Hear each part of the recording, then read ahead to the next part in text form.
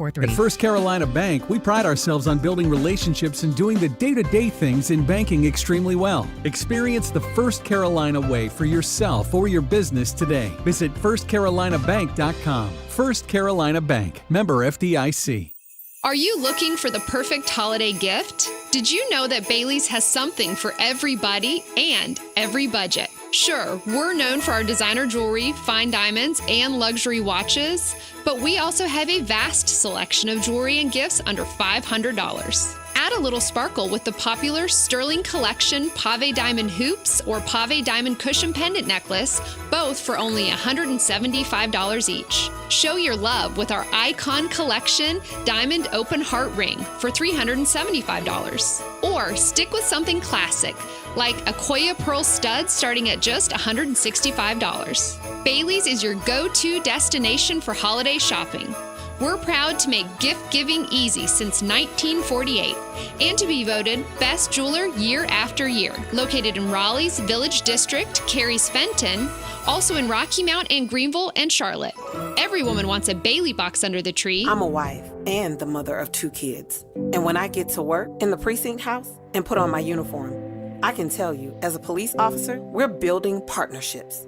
This should be happening everywhere, so the police should be reaching out to this community, and this community should reach out to the police. That's the way to make this a safer place. Start the conversation and help stop crime. To learn the 5 things you can do, go to ncpc.org/preventviolentcrime. A message from the National Crime Prevention Council and the Bureau of Justice Assistance. Welcome back to Winter Hack Radio, the place for clever hacks to survive the season.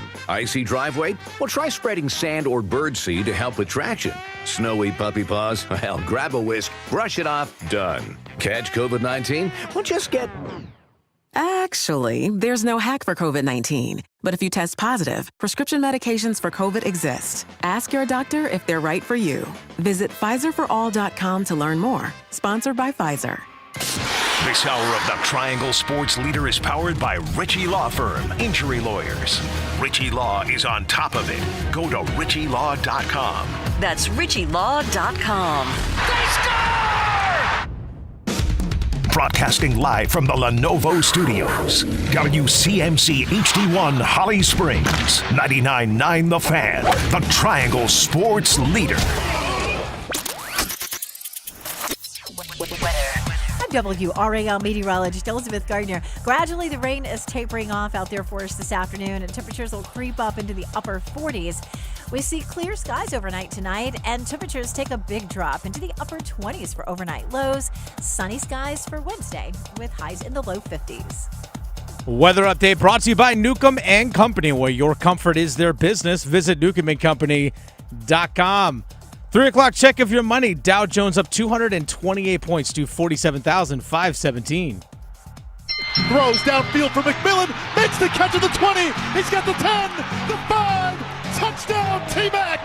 Wilson takes the snap, runs up the middle, charges, backward, goal line, touchdown. Drives him into the paint, spins, goes up, a lot of contact. Give it to him again, and a chance for 3. Now it's Ehlers with it. Ehlers gets it across, and he scores! In overtime, Nikolai Ehlers! The Drive with Tim Donnelly on 99.9 The Fan. The Drive with Tim Donnelly, 99.9 The Fan.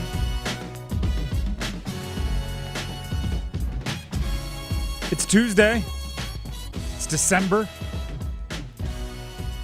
It's The Drive. I'm Tim Donnelly. Dennis Cox producing the show. Listen, I know we're about to give something away, and people are going to get really excited about it. As they should. And I know as soon as I give out the details, some of you, many of you, and I don't blame you at all, will tune me out for a couple of minutes while you go try to do the things you need to do to win the tickets. I'm fine with that. But before I do that, while I have your attention, the giveaway we're about to mention, it's once an hour. Oh. It's this hour, it's the 4 o'clock hour, it's the 5 o'clock hour, it's the 6 o'clock hour, just like it has been every hour since 9 a.m. this morning here on 99.9 The Fan. The reason why I tell you that, why I have your attention, is don't think if you don't win this one that you're done. Just keep listening. You'll have another chance. With all of that being said, Dennis, shall we? I feel like we need the Kevin James gentlemen start your engines, him screaming. Let's do that hockey. Yeah, that works. It's time to find another winner on our Ticket Window Tuesday. Let's go. Presented by Commercial Openings. Let's get you to the Canes taking on the San Jose Sharks this Sunday right now. Call 919-860-5326. Be caller number 10. That's the number you're shooting for. 10, and you'll score a pair of tickets to the game. Again, 919-860-5326. You get some tickets to the Canes San Jose Sharks game this Sunday. And as I said before the chaos, listen next hour for another shot to score Canes tickets thanks to our friends at Commercial Openings, your commercial door experts. Dennis, can we give them a little extra something special? Or are we in You know what? Let's we're feeling good. We're feeling good. I know you said pair. Let's double it. Let's double it. Let's double it. Let's go. 4 tickets. 4 tickets to whoever wins Ticket Window Tuesday, presented by Commercial Openings, your commercial door experts. We've been promoting 2, but it's the holiday season, and I'm feeling generous. Double it. Caller number 10 gets 4 tickets. You and 3 friends. You could go double couples. You could double date it. You could bring you, your significant other, and 2 of your kids. Maybe you and 3 of your kids. I don't know how many kids you have. 4 tickets for Ticket Window Tuesday. Going to caller number 10 right now. The lines are lighting up, but if you want to get in the mix, 919-860-5326. Call in now. And remember, every hour, right? It's not just 3 o'clock hour. Sometime in the 4 o'clock hour. It won't always be right at the top of the hour. Got to keep you guessing. Got to keep you on your toes. But I couldn't wait any longer here at the top of the show. Thank you once again to Commercial Openings, or commercial door experts, for helping us with Ticket Window Tuesday. Now, as Dennis fields those calls, let's see if he's able to do 2 things at once, because it is time for the Big 3 at 3. Yes, he is. Number 1. Bananas Day in college basketball tonight. It is crazy. I'll say this throughout the show just because I think it's really fun. Tonight there are 3 games, 2 of which are including teams from the Triangle, featuring, so that's 6 teams, right? 3 games, obviously a home and away team for each game. 16 of the last 21 national champions.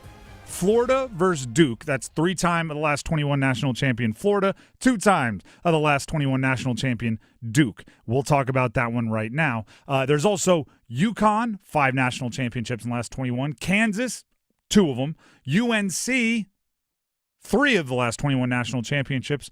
Kentucky, 1 of the last 21 national championships. Tonight, 3 games feature 16 of the last 21 national champions, including the game that is number 1 in our Big 3 at 3, number 15 Florida at number 4 Duke. Cameron Indoor.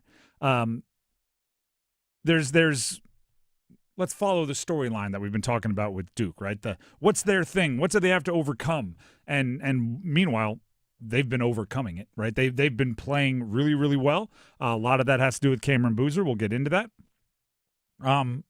But the question for me for Duke is, how will they react when they face a team that will require Duke to have a more vertically gifted big, right? A 7-footer, and you don't have to be a 7-footer, right? If you're 6'10" with springs, if you are long arms and block shots, whatever it is, right? I'm not sure Pat Ngungba's that guy. He gets in foul trouble too often, and for as good as he is, and I'm seeing him mocked into the first round for really the first time, for as good as he is a horizontal big, if that makes, that's the way I've been describing it, right? He's wide wingspan. He's really good offensively. He's a rebounder, right? Difficult to maneuver around, but he doesn't, at least from what I've seen, touch the rare air above the square. You know what I mean? He doesn't go vertically in an aggressive way. And if you're looking at Florida tonight, Alex Condon, who missed last game with a face injury, I believe. It appears as if he will be available, according to one of their school spokespeople. He's 6'11". Chinyelu, that's Ruben Chinyelu, is also 6'11" for Florida. They come in averaging 16-9 and 11-11. So 16 points, 9 rebounds for Condon, and 11 points, 11 rebounds for Chinyelu. Duke's bigs are going to play well. Boozer might have to defend a big in a way that he hasn't had to quite a bit this year. And obviously Ngongba's going to have to, and whoever comes off the bench, Malik Brown, who's exceptionally versatile at 6'9". The big guys, I think, will be tested by Florida, who, all they're doing is the defending national champion, right? That's all they have going on. That's number one. Let's get to number two. Number two. Another one of those three games that features 16 of the last 21 national champions that'll be played tonight is number 16 UNC at number 18 Kentucky. I've said this about UNC, and it's maybe my favorite storyline, just because of the like goofy nature of it. They are seriously trying to cram like 2 or 3 years of development into their non-conference schedule. Right? They had the burst at the beginning, the introduction of Caleb Wilson, the here we're a contender. They had the players only meeting after just their 5th game when they were still undefeated. They have the difficult, jarring loss, Game 7 to Michigan State, where Michigan State plays well and you're rattled, and now they're right in the middle of 4 very different, tough challenges back to back. Right, the stat I'll use to illustrate that is they are right now in the 3rd game of a 4-game stretch where their opponents range in prestige from St. Bonaventure to Kentucky, but combined their 4 opponents are 23-5. Right, so you get the unknown, scrappy mid-major, 6-1 Bonaventure. You get the super powered, exactly what they are because Tom Izzo coaches them, Michigan State. You get the new NIL powered Kentucky 5-2, and then next game they're playing Georgetown, right? The sleeping giant of college basketball based on history and where they've been recently, also 5-2. So they have this 4-game stretch where it's like, all right, now we're going to get all tested, and oh, by the way, they haven't even hit their conference schedule yet. They're trying to find every leak in the boat before their conference schedule. They're trying to pack like a freshman and a sophomore year in 1994 terms, right? Where you would get a core together as underclassmen and let them learn their lessons, and then by their junior year, you'd be the favorite to win it all. They're trying to pack that freshman and sophomore year into their non-conference schedule.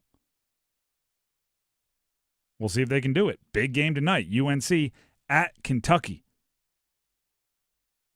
And finally, number 3. Number 3. UNC former quarterback Drake Maye had himself another night last night. If you watched Monday Night Football, do you know what's the craziest part about Drake Maye this year? Statistically, he's been one of, if not the most impressive quarterback in the league. He's completing a ridiculous percentage of his passes. His QBRs and everything are exceptionally high. He has yet to throw for 300 yards. He has yet to throw for 300 yards. And yet it's still averaging like 269 a game. Yeah. Like, and obviously he hasn't had his bye week yet, so it's not exactly apples to apples. He has the most passing yards in the league. And last night he had 200 and something at half. And I was like, here it goes. He's going to get that weight off his shoulders, right before the bye week. Oh, thank goodness he's playing the Giants. Nope, didn't fit, 280 or whatever it was. The Patriots are very good, right? So he's very rarely trying to sling his way back into a game from, down 2 scores. But also, when you're completing a ton of passes, you don't get those super chunk plays, I guess. He's throwing the deep ball fantastic, but it seems like every time he throws a ball that's over like 30 yards, it's caught in the end zone. He doesn't have like the 60-yard, the 70 yards, even if he's very accurate on the deep ball. But basically, I say all this, right? I don't want to get too nerdy into the quarterback of it all.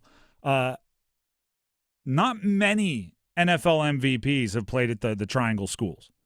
I did a loose search, just kind of scrolled through and saw if I recognized any. There's Lawrence Taylor from UNC. And a long time before that, I believe it was in the late 1960s, Roman Gabriel, quarterback from NC State. Other than that, the Triangle NFL MVPs haven't come around very often. Drake Maye, he might add to that list. He might break the tie between UNC and NC State. He might put UNC in a unique fraternity. Not a lot of teams in it, of having multiple MVP winners from the same school. Not multiple, right? Because then, if you take every player that's won 2, that's going to be a little bit less exclusive. But schools that have 2 different players that have won an NFL MVP, there aren't many. And Drake Maye is a really, really good chance to do that going into a bye. He's a betting favorite as of today. And you know who helped out with that? Panthers? Yeah, because they took Matt Stafford's odds that's true. Okay. a little bit further down.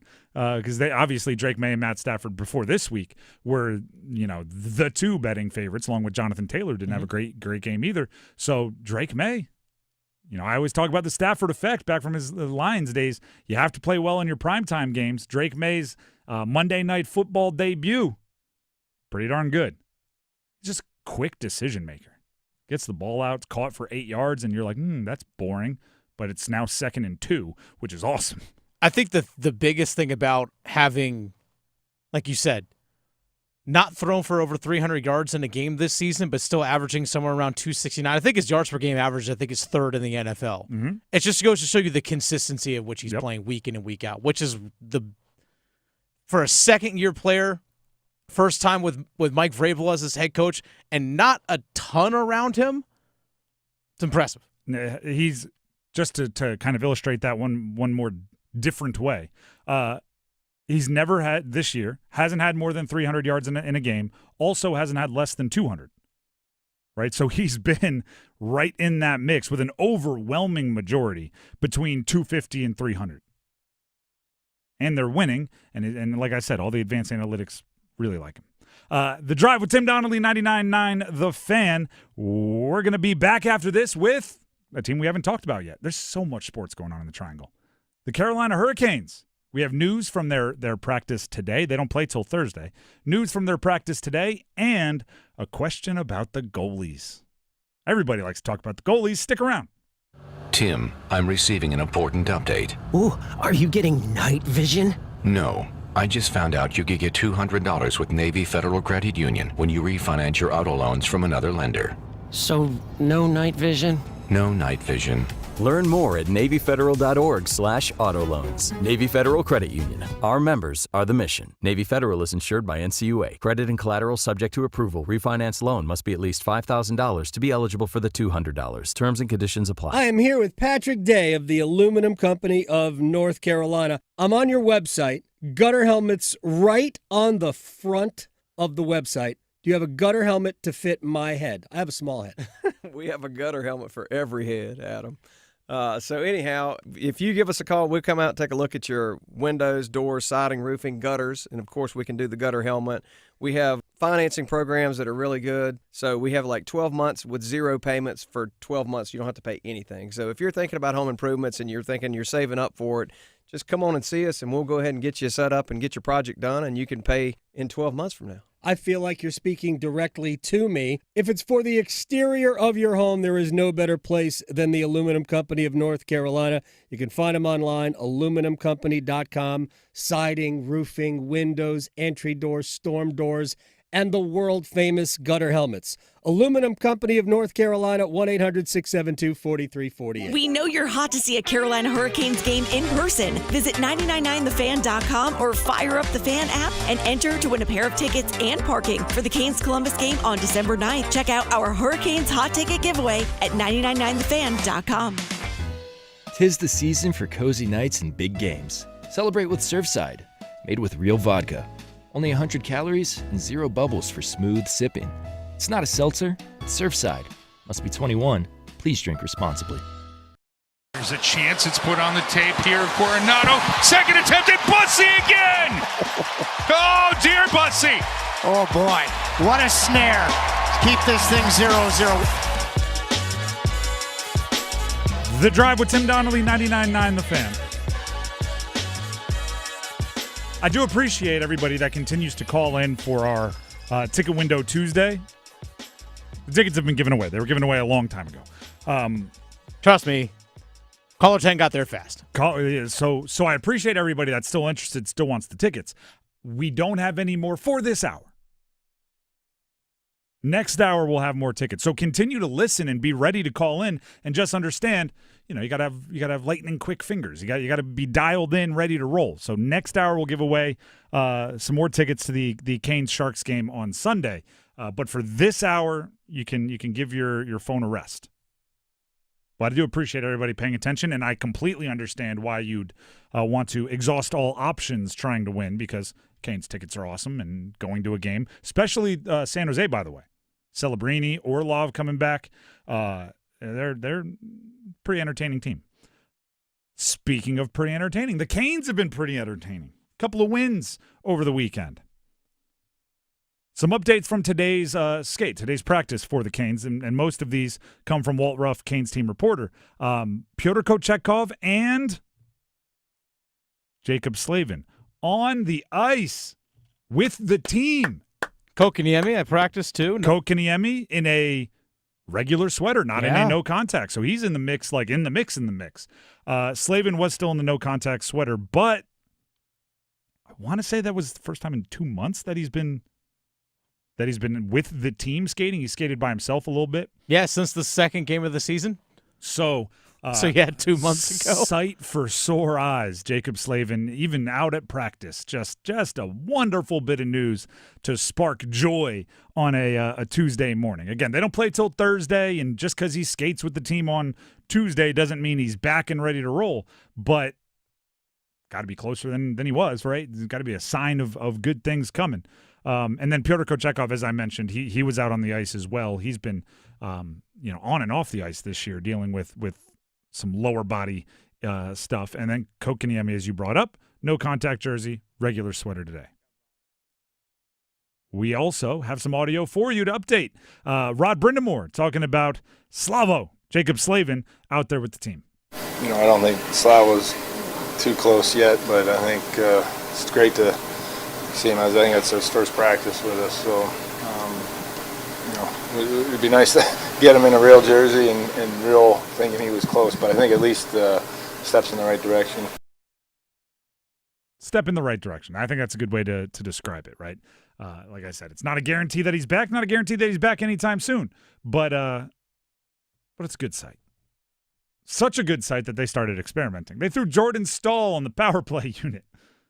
Do you think that was partially Rod just knew Slavin was going to be skating, so he was skipping around the halls like, let's try something new. Jordo, you want to be on power play one? Let's go crazy today. Slavin's on the ice. Maybe. It turns out, as Rod explained after the practice, they're experimenting a little demo just to kind of try one specific play. Could be, for the lacrosse fans out there, maybe a little face-off get-off. They have not been good in power play face-off, so perhaps Stahl would try to win the face-off and then immediately clear for someone like Blake or Ehlers. Going into the game Wednesday last week, I went through the first 22 games of the season. I may have missed a face-off or two, but they were 44% or just over 44% on power play face-offs this season, the Canes were. That is not great. No. Not great, Bob. Yeah, so if they can finagle something just to spark the power play, particularly on the face-offs, maybe that's the move. Maybe it's Jordan Stahl, and maybe he could be, he is, occasionally I think people forget, he's a big dude. If he wants to go be a little net front presence, create some screens and just be physical, that could work, right? They'll never hurt for skill on their power play with the other guys out there skating. So we'll see how that all goes. And that brings us to the question of the day, maybe the question of the next couple of months. It is, I don't even want to call it a first-class problem. What do you do with the goalies? Right, Brandon Bussey is making it a bit more confusing because when you had Freddie Anderson, you had Pyotr Kochetkov, you only had to worry about, one guy or at a time not playing great, or if one guy catches fire, how much do you rest the other? Like there's 1A, 1B is or 1 and 2 is much easier than 1A, 1B, 1C. Or 1, 2, and 3, right? Another name in the mix. So Brandon Bussey is complicating things by playing well. That's the first-class problem of it. The other side of that coin is kind of, I'll use a quarterback cliche from the football world that I come from. When you have two quarterbacks, you have none. That's an old cliche. Like, if you think, oh, I got two guys that are exactly the same, you probably don't have any, right? That just means nobody's grabbed the job by the horns and made it theirs. And I think, for the most part, the goalies have not done that. And everybody wants Freddie to, right? Everybody wanted Freddie Anderson to come out this year and just be goalie one, especially when Pyotr Kochetkov was hurt, and just nobody's taken me out of net, but it hasn't happened. Pyotr Kochetkov has played really well, but he's been hurt.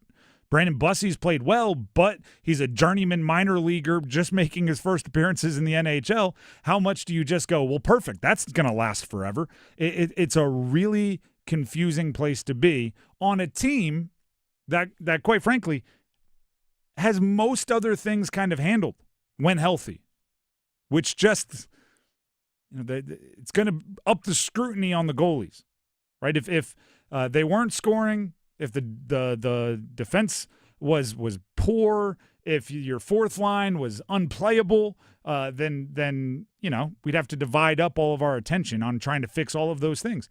But with the way the roster is now and the way the goalies have complicated things, there's just going to be a lot of spotlights on that position and a lot of conversation and a lot of discourse, and they're not going to be able to just, we'll wait it out and let's see. Like, every decision they make is going to be heavily, heavily scrutinized. For example, like I use this from I actually use this in my cross-sport analogies elsewhere.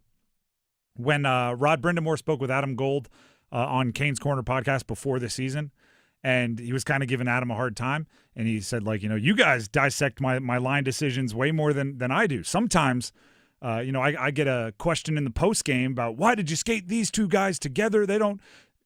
He's like, he broke his skate lace, and he couldn't go back out there for the next shift, so I just put someone else out there, and now you guys have think pieces about it, and it's literally just his skate lace broke. That's how goaltender is going to be dealt with for the rest of the year, right? If somebody wakes up and they're sick, if somebody has a bruise and they don't get their spot in the rotation, we're going to be like, oh, changing the hierarchy of goalies, right? Brandon Bussey played back-to-back games. How many conversations have true Canes fans had about that already? A lot. A whole bunch. And it could have literally just been like, Pyotr still hurt. Freddie we thought they needed a reset or whatever, right? Could have been anything. Then Bussey played well, got a shutout in the game. And now is Bussey rising in the ranks? Can you? Actually, this will be a question for you, Dennis. Can you go with the rotation or the goalie situation of, we're going to play the hot hand until he cools off, and then we're going to see if anyone else is hot, and we're going to keep playing them until they cool off? Can you do that with 2.5 goalies? I don't even know, for 3 goalies? No, it's 3. I mean, Bussey's earned the right to be up here. Exactly. But how much do you play him becomes a question. I mean, well, first of all, again, all guys have to be healthy. Because, again, that's the key thing about this. Because as of right now, Kochetkov isn't available, so you rotate until you actually face that problem. Because earlier in the season when Kochetkov was out, it was Freddie until it was obvious, back-to-back or something, or a long road trip, you had to throw Bussey in there. Is it – because we've seen the 1-1-1-1 rotation. Like, is Bussey – has he earned the right to be that involved? Maybe. Yeah. I think he's been their most consistent goalie this season. I mean, until when it comes he to shows availability and performance. Yeah. He's been their most consistent goalie this season. I don't know. That's tough. Like, how much net is going to be available, especially when you hit January. For example, it's going to be like Thursday, Saturday, Sunday, Tuesday, Thursday, Saturday, Sunday. Like, that's going to be your schedule going forward.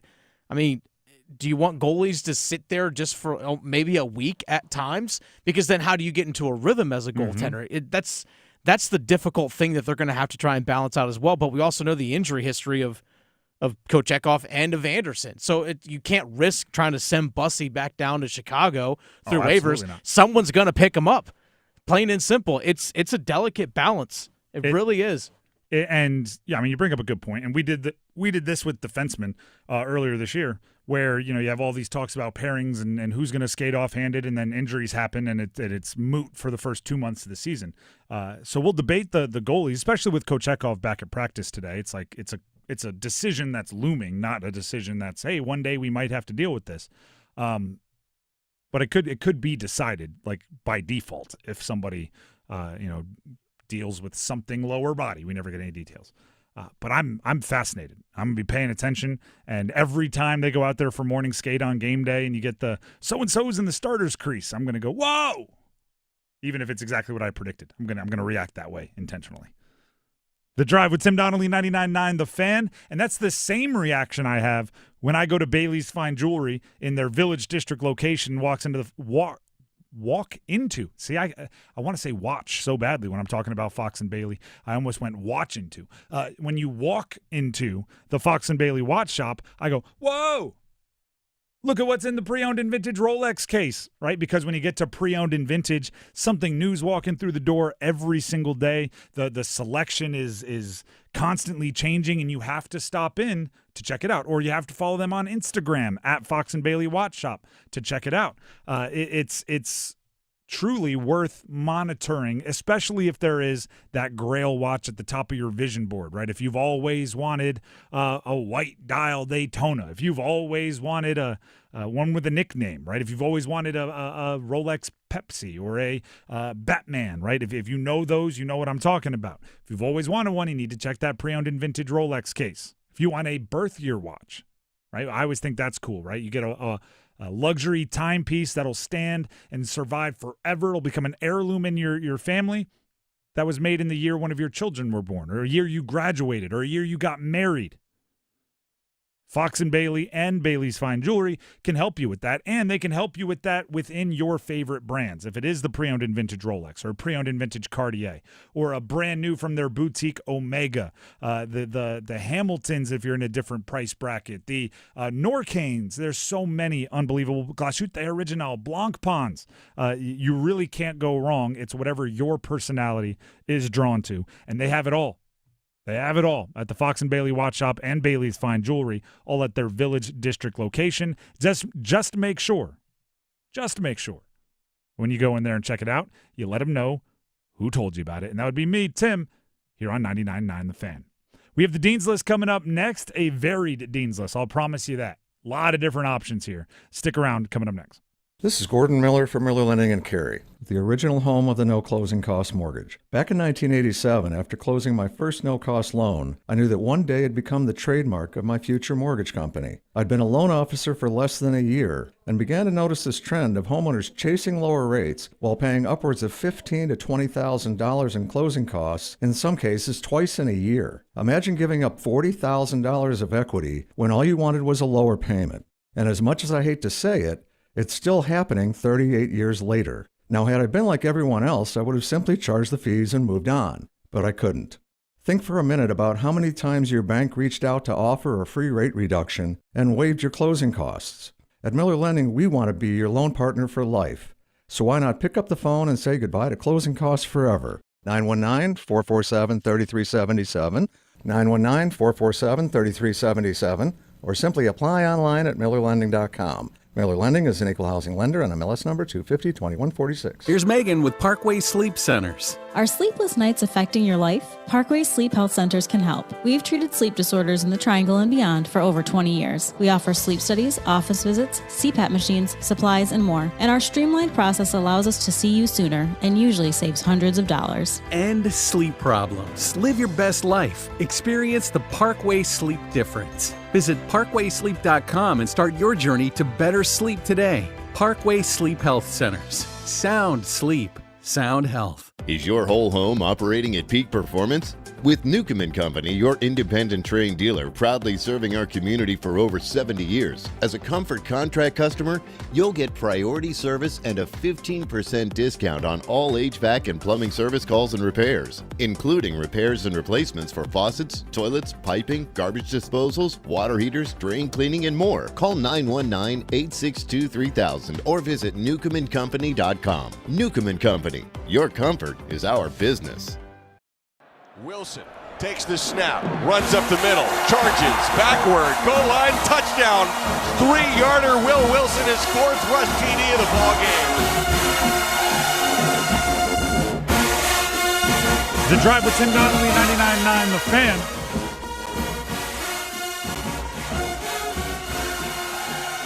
Happy Tuesday, everybody. Happy December, everybody. It's the giving season. Next hour, and the hour after that, and the hour after that, we'll be giving away Canes tickets, part of our Ticket Window Tuesday, so stay tuned for that.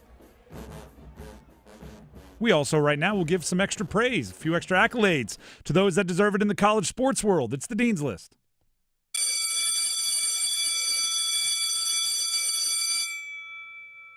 We'll start with, yesterday we talked quite a bit about State beating UNC. And as we should, don't get me wrong, I'm not saying we did anything wrong. I'm saying rightfully, most of that conversation centered on NC State, right? Because they won 42-19, and they ended their season on a high note, and they're going to bowl with momentum and everything else. Jordan Shipp deserves some extra praise. 8 catches, 90 yards, and a touchdown on an offense for UNC that is quite frankly not very good. And Jordan Shipp is, and this is maybe too mean to UNC, but I'm going to say it anyway. He reminds me of like the Garrett Wilson of college right now, where you watch him play and your eye test is going like, oh, that guy's good. And you look at the production and you're like, wow, that offense is holding him back. He's a really good college wide receiver. I don't know what his offseason looks like. I don't know what UNC is trying to do to keep him. I don't know if he's even exploring options. I don't know. But I do know that when I watch UNC play, I go, they got a really good wide receiver. And then I look at the stats of their passing game, and I go, you would not know it. So give him some extra praise for basically balling out in a game where there wasn't a ton of opportunity. And he had a couple good ones down the stretch. But I go back to ACC kickoff. We talked to a few of his teammates, and you know, give us somebody that's going to surprise. And everybody's Jordan Shipp is a beast. And he didn't really get a chance to show it, but if you were watching closely, I think you saw all the signs. And then from a very traditional college football Dean's List, like a good player on a team that's struggling, to, this might be the first time this sentence has ever been uttered. Shout out to the local rapper that committed to Syracuse to play football. Oh, Tusi. 25-year-old Tusi, who's a multi-platinum recording artist. He is a extremely successful hip-hop artist, and out of Raleigh is kind of how he's described. Committed to play football for Syracuse over the weekend. Fran Brown, the head coach of Syracuse, reached out. He's going to be a wide receiver for Syracuse. Nice. Now, I saw this discourse online. Some of the, I've got friends that are grinding in JUCO, just trying for an opportunity. They maybe don't think Tusi is deserving of the opportunity, and he might be using his clout and his fame in a time where that matters in college sports. Yeah, it might be. It might be. I have not watched the Tusi highlight videos or camp workouts that got Syracuse interested. But I'll give you this. One of the things I love about sports is they prepare you for life. And guess what? Part of life is it's not what you know, it's who you know. It's not always on merit. Sometimes it's on cash, and sometimes it's on status, and maybe that's a lesson to learn. By the way, yep. I hate the whole thing of he's taking opportunity. If you're good enough to make it, you'll make it. Mm-hmm. He's not taking anything away from anybody. And then lastly, I think, what is he? He's 25 years old. Yeah. When I was 25, if you would have told me, hey, you're successful enough to never worry about money again, which I assume a multi-platinum recording artist, if you handle your money well, can do some good there. I probably would have told you, I'd spend the next 20 years playing golf every day and try to make the Champions Tour. When you're now, obviously, with money, I'd do other things. I'm more grown. I'm a parent and a bunch of different stuff. But if you got it, go chase your dreams. It's kind of awesome. Yeah. It's kind of awesome. Do you have any Dean's List you'd like to throw on here, Dennis? I do. All right. I'm actually going to go with the College hockey players in the Carolina Hurricanes. College hockey players on the Carolina Hurricanes? Guys in the Carolina Hurricanes that play college hockey, including our guest on Canes Corner tonight, Sean Walker. Played at Bowling Green. I was going to say, I knew it was somewhere Mac-ish. Bowling Green is where he played. So we also, Jacob Slavin played at Colorado College. Mark Jankowski played at Providence College. Shane Gosselaar played at Union, if I remember correctly, there in upstate New York. Yeah. Eric Robinson was at Princeton. A few other guys that play college hockey. Obviously, North Dakota is where Jackson Blake went as well. So, yeah, definitely a bunch of guys that played college hockey. So, shout out college hockey players making it to the NHL. And, again, Sean Walker, the guest on Canes Corner tonight, 7 o'clock on The Fan. You mean you don't have to be drafted when you're 17 years old and, playing first-line center minutes by the time you're 19? I mean, you could still be drafted at age 18 and go play first-line center minutes that's true. In college hockey before you sign your entry-level contract. Very true. Bradley Nadeau, Maine. That's right. Bradley Nadeau, Maine. And there's a bunch of prospects. DeAndre Miller played at Wisconsin. There's a bunch of prospects all over college hockey right now that the Canes own their rights. So you can follow them along. Serrato's balling at Penn State. There's another one whose name is escaping me at Maine, ironically. There's another Nadeau at Maine, I believe. There's a whole bunch. By the way, the Canes love their collegiate defensemen, by the way. Like Sean Walker played college hockey, Shane Gosselaar, Jacob Slavin, Keandre Miller. Back we've seen Brady Shea, Brett Pesce, all collegiate hockey players. I didn't catch that. It's a good little theme, motif. Back to the Dean's List. I do want to put Darian Mensah on the Dean's List. Duke quarterback. I'm sure there was a point in time where it appeared as if all the big lofty goals were off the table, where maybe the decision to join Duke was questioned by some. It wasn't always smooth, but I think now it's pretty much gangbusters decision for Darian Mensah. He finished the regular season as the ACC leader in passing yards and passing touchdowns. And he is the quarterback of a team playing in the ACC championship next week, where his team, Duke, is a 3.5-point underdog versus Virginia. But if they win, they send the whole CFP into chaos. So he could be a ACC champion, leader in passing yards, passing touchdowns, a year after playing for Tulane and hitting the portal. So good decision there, and it's worth mentioning. Speaking of worth mentioning, I want to say this again. I'm going to keep saying this throughout the show. College basketball fans are on the Dean's List. Yeah, they are. Tonight is a gargantuan night in college basketball. Tonight's your night. Obviously, ACC, SEC challenge is going on, which helps, right? Like Duke, Florida, UNC, Kentucky. These games exist because of the ACC, SEC challenge. But how about UConn, Kansas? Saying, oh, yeah, you got a lot of cool ACC, SEC games. We'll throw UConn, Kansas at you and see which one you choose. Dennis, I know you were on the phone earlier when I said this. Those three games feature 16 of the last 21 national champions. That's a lot. 3 for Florida, 2 for Duke, 5 for UConn, 2 for Kansas, 3 for UNC, and 1 for Kentucky in the last 21 years. And they're all playing in 3 games tonight.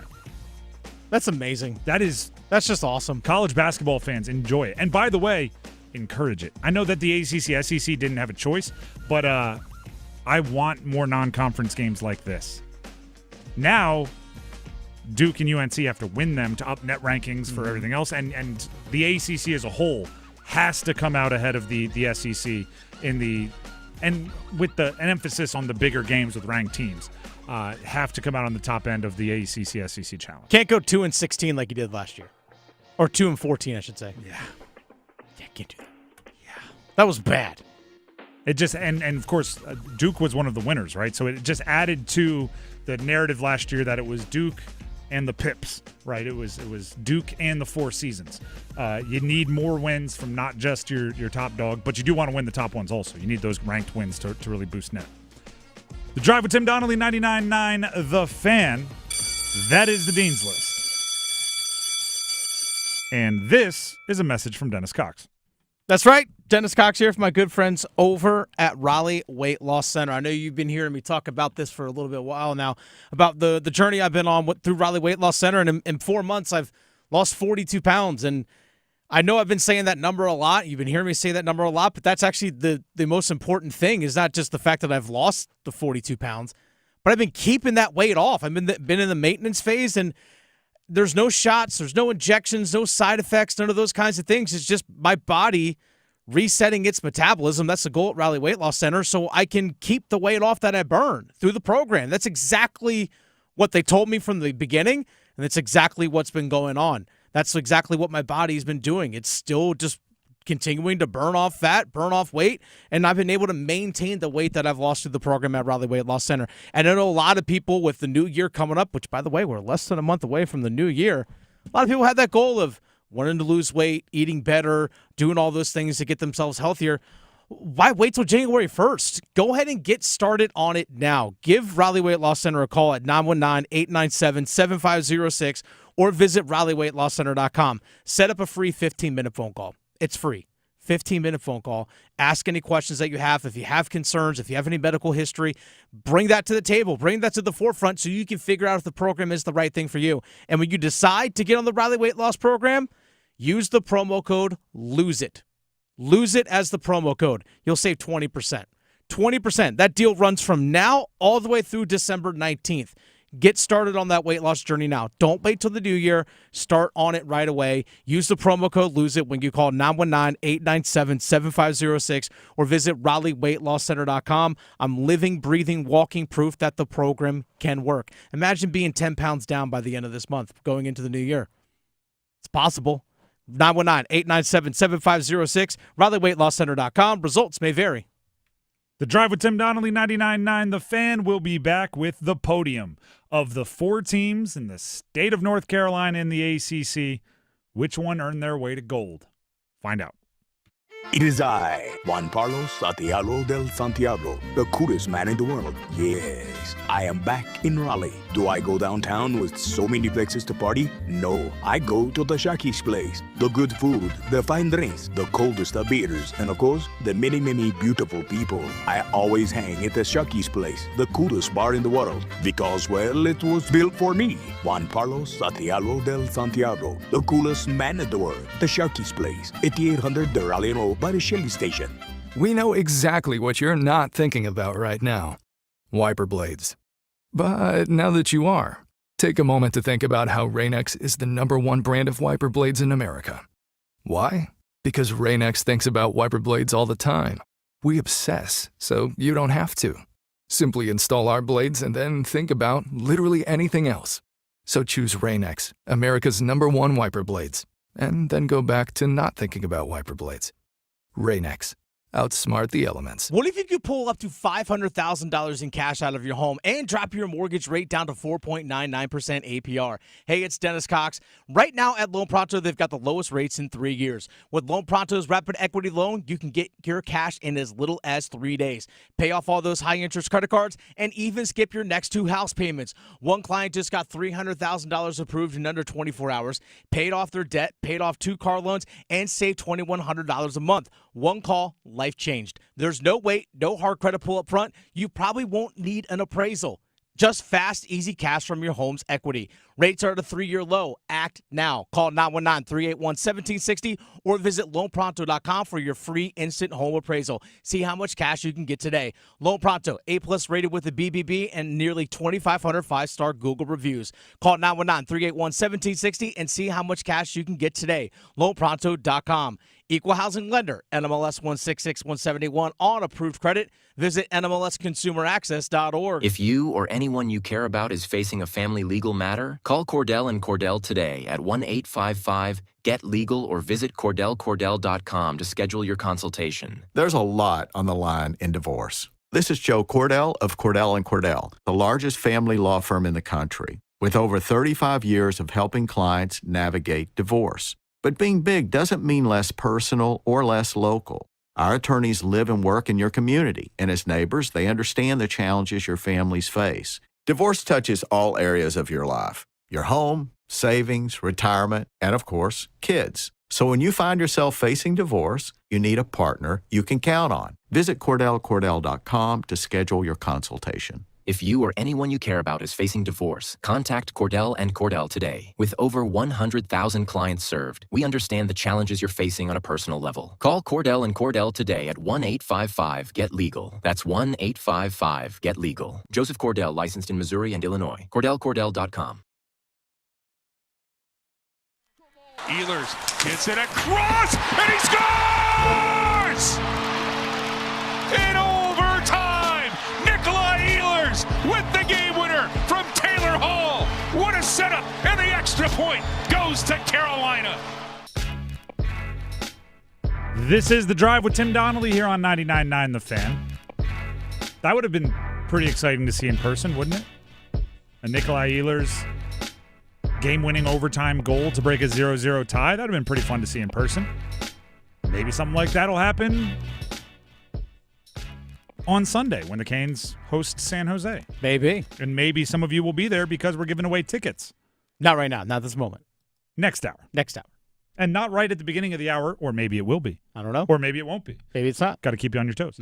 But in the 4 o'clock hour, we will give away some tickets to Canes San Jose.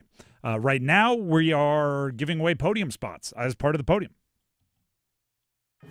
There it is. Are we giving them away or were they earned? But, yeah, I'll say earned. They're earned. We are kind of like the college football playoff We are committee when it comes to this. awarding them. Yes. Yeah, we are definitely the committee. We're much less scientific, but I think more accurate than the I would CFP. say so. More vibes, but more accurate as well. It's a 1-week award. We look at the last week of football and men's basketball. The 4 teams that are in the ACC from the state of North Carolina, and we decide who's off the podium, who gets the bronze, who gets the silver, who gets the gold. As always, we start with off the podium, North Carolina. Tar Heels off the podium. Basketball did beat St. Bonaventure 85-70 in the last week, but then turned around and lost to Michigan State. And I don't necessarily put that all on it's the worst loss in the world. Michigan State is a good team, and they shot the ball well. And sometimes, good defense, better offense, right? That kind of deal happens. But it wasn't close enough to make it feel too good, right? It's not like, it was a 1-point loss, a little fluky. No, you lost 74-58. So that loss hurts, and then football got run over by a rival.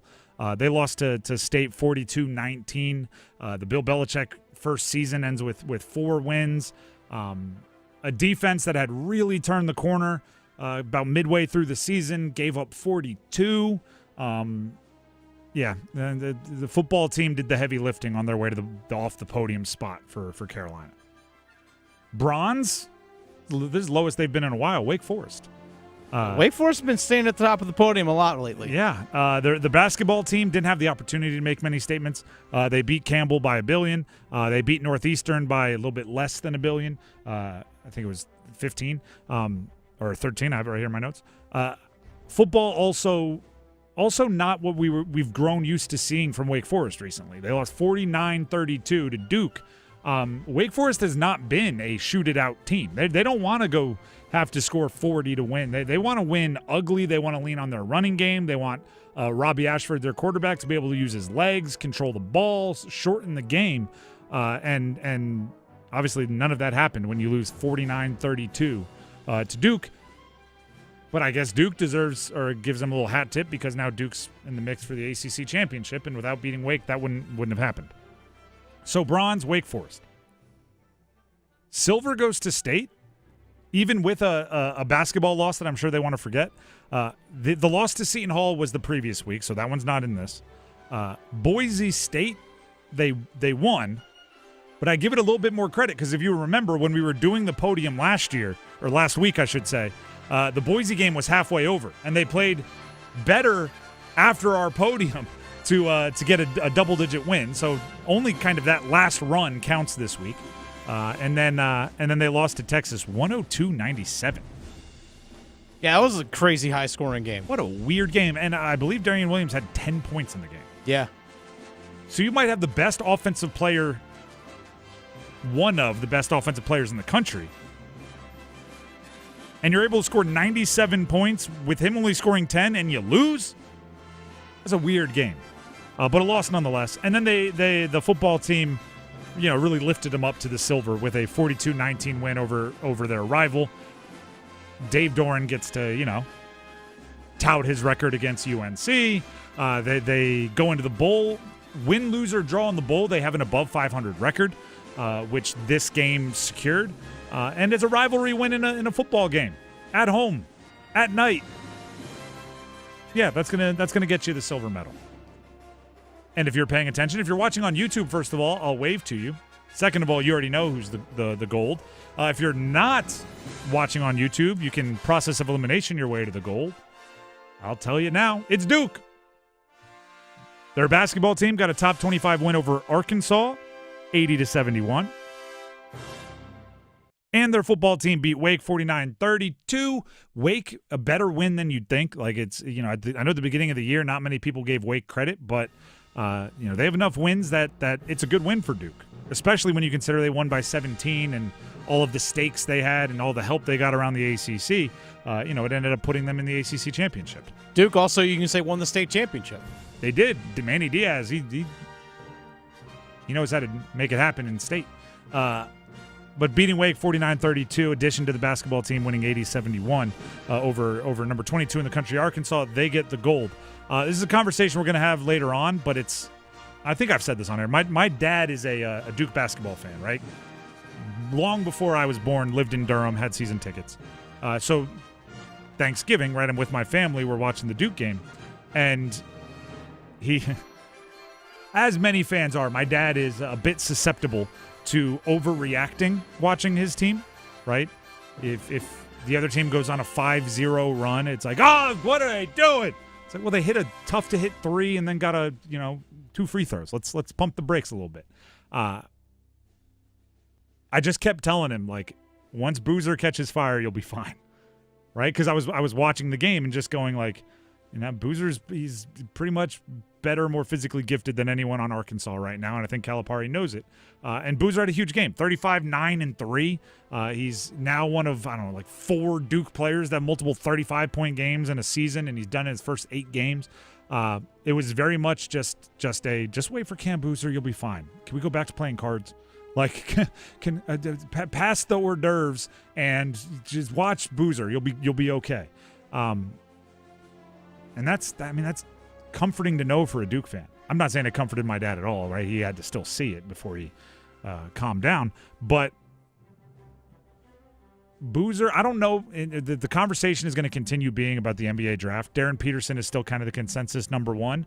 Boozer's in the mix for 2. We're talking Cameron, the taller one.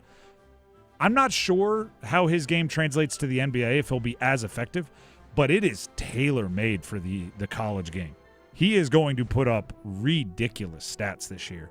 And obviously that helped Duke to the gold, in addition to the football team taking care of business, and they'll be playing in the ACC championship this upcoming week, which, by the way, our committee, which we did say for the podium goes all vibes, we'll have to decide how we want to include football next week. That's a good point. Because Duke's the only one playing in the ACC championship. Everybody else either waiting on a bowl or season complete. Is it better to, we're just discussing, is it better to lose in an ACC championship, maybe even in a not aesthetically pleasing way, than it is to not play at all? Well, the committee will confer. I already know where I'm leaning on that one. Well, playing in it. Save it. Okay. Oh, never mind. All right. I think you said say it. I'm like, all right. All right, I will. Say it with your chest. But you know what you can say? You can say who has the gold star, which non-power conference or lower division school gets the gold star. All right, so obviously a lot of things to consider here regarding none of the FCS schools in the state of North Carolina are playing anymore. None of them made it actually to the NCAA tournament. So you got to look at the group of 5 schools like App, Charlotte, East Carolina. Now, East Carolina did get a win. In football, big win over Florida Atlantic, 42-3. They finished the season 8-4. But you go on the basketball floor, they lost pretty convincingly to Michigan State a week ago. Then they also lost to St. Bonaventure. It's like, okay, you're 0-2 on the hardwoods. How much are you balancing out that win on the football field? Then all right, let's go App State. Well, App State also lost in basketball. They also lost to football. So it's like, okay, that kind of takes App State out of the mix. So if you actually go basketball, just strictly basketball, there's a team that got a couple wins on the hardwoods this past week. It's UNC Wilmington, the Seahawks. There it is. Got a win on Friday, a 30-point win, 87-57 over Navy, but then the next day beat in-state opponent Gardner-Webb 88-62. So UNC Wilmington, the Seahawks, get the gold star. UNC dub. Get a couple dubs. They get a gold star as well. That's it for the podium here on The Drive with Tim Donnelly on 99.9 The Fan. One more chance or a different chance to win some things. Guns N' Roses bringing the 2026 World Tour to Carter Finley Stadium in Raleigh on July 23rd. You can sign up now for pre-sale access. You can also text keyword ROCK, R-O-C-K, to 919-860-5326 for your chance to win a pair of tickets to see Guns N' Roses at Carter Finley Stadium on July 23rd. Again, the keyword, text ROCK to 919-860-5326 for your chance to win. Football 4 is coming up next. We ask a very simple question. How good are the Panthers? Stick around. Tim, I'm receiving an important update. Ooh, are you getting night vision? No. I just found out you could get $200 with Navy Federal Credit Union when you refinance your auto loans from another lender. So, no night vision? No night vision.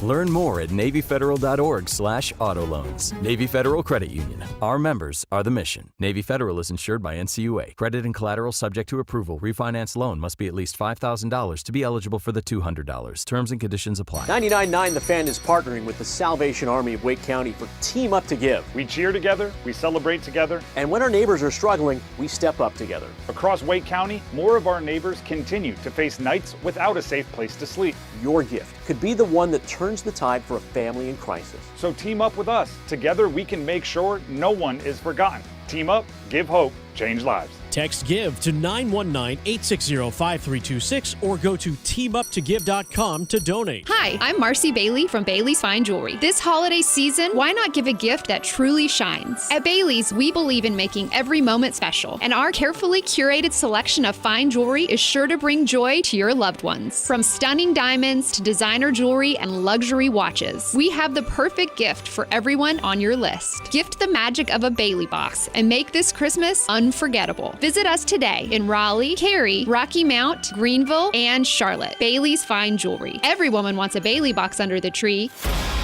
The appetite for destruction returns. Guns N' Roses. World Tour 2026. One night.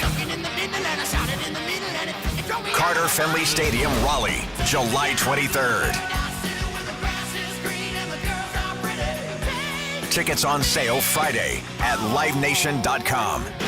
Presented by Live Nation. I'm attorney Brian Ritchie. Workers' comp can be tricky, but my law firm will be on top of all the complicated paperwork and sneaky deadlines so that all of your I's are dotted and T's are crossed. If you've been hurt on the job, I'm on top of it. Contact us at ritchielaw.com. Broadcasting live from the Lenovo Studios. WCMC HD1 Holly Springs. 99.9 The Fan. The Triangle Sports Leader. I'm WRAL meteorologist Elizabeth Gardner. Gradually, the rain is tapering off out there for us this afternoon, and temperatures will creep up into the upper 40s.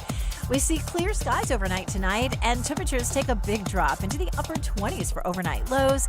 Sunny skies for Wednesday with highs in the low 50s. Weather update brought to you by Newcomb & Company, where your comfort is their business. Visit newcombandcompany.com. 4 o'clock check of your money. Dow Jones at the closing bell today up 185 points to 47,474.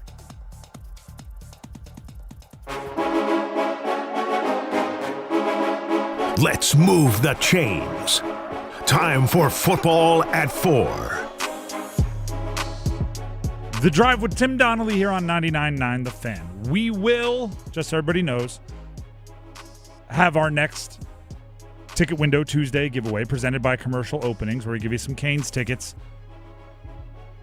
later in the hour. It's not right now, but you got to keep tuned in. We got you right where we want you. So don't call right now. Don't call right now. Someone's going to call right now, I guarantee it. It's also like when we give you a keyword to text in, don't call in. I don't even know what you're supposed to like answer and go, here's the keyword. The keyword is, music. Just going to call, go, music. I'm entered to win now. No, you got to text it in. Yelling, you declare bankruptcy? Full Michael Scott? Exactly. I declare it. See, someone's calling in right now. I bet they're doing it to toy with me. That's a joke. That's a joke, and that's not bad comedic timing on your part. That's okay.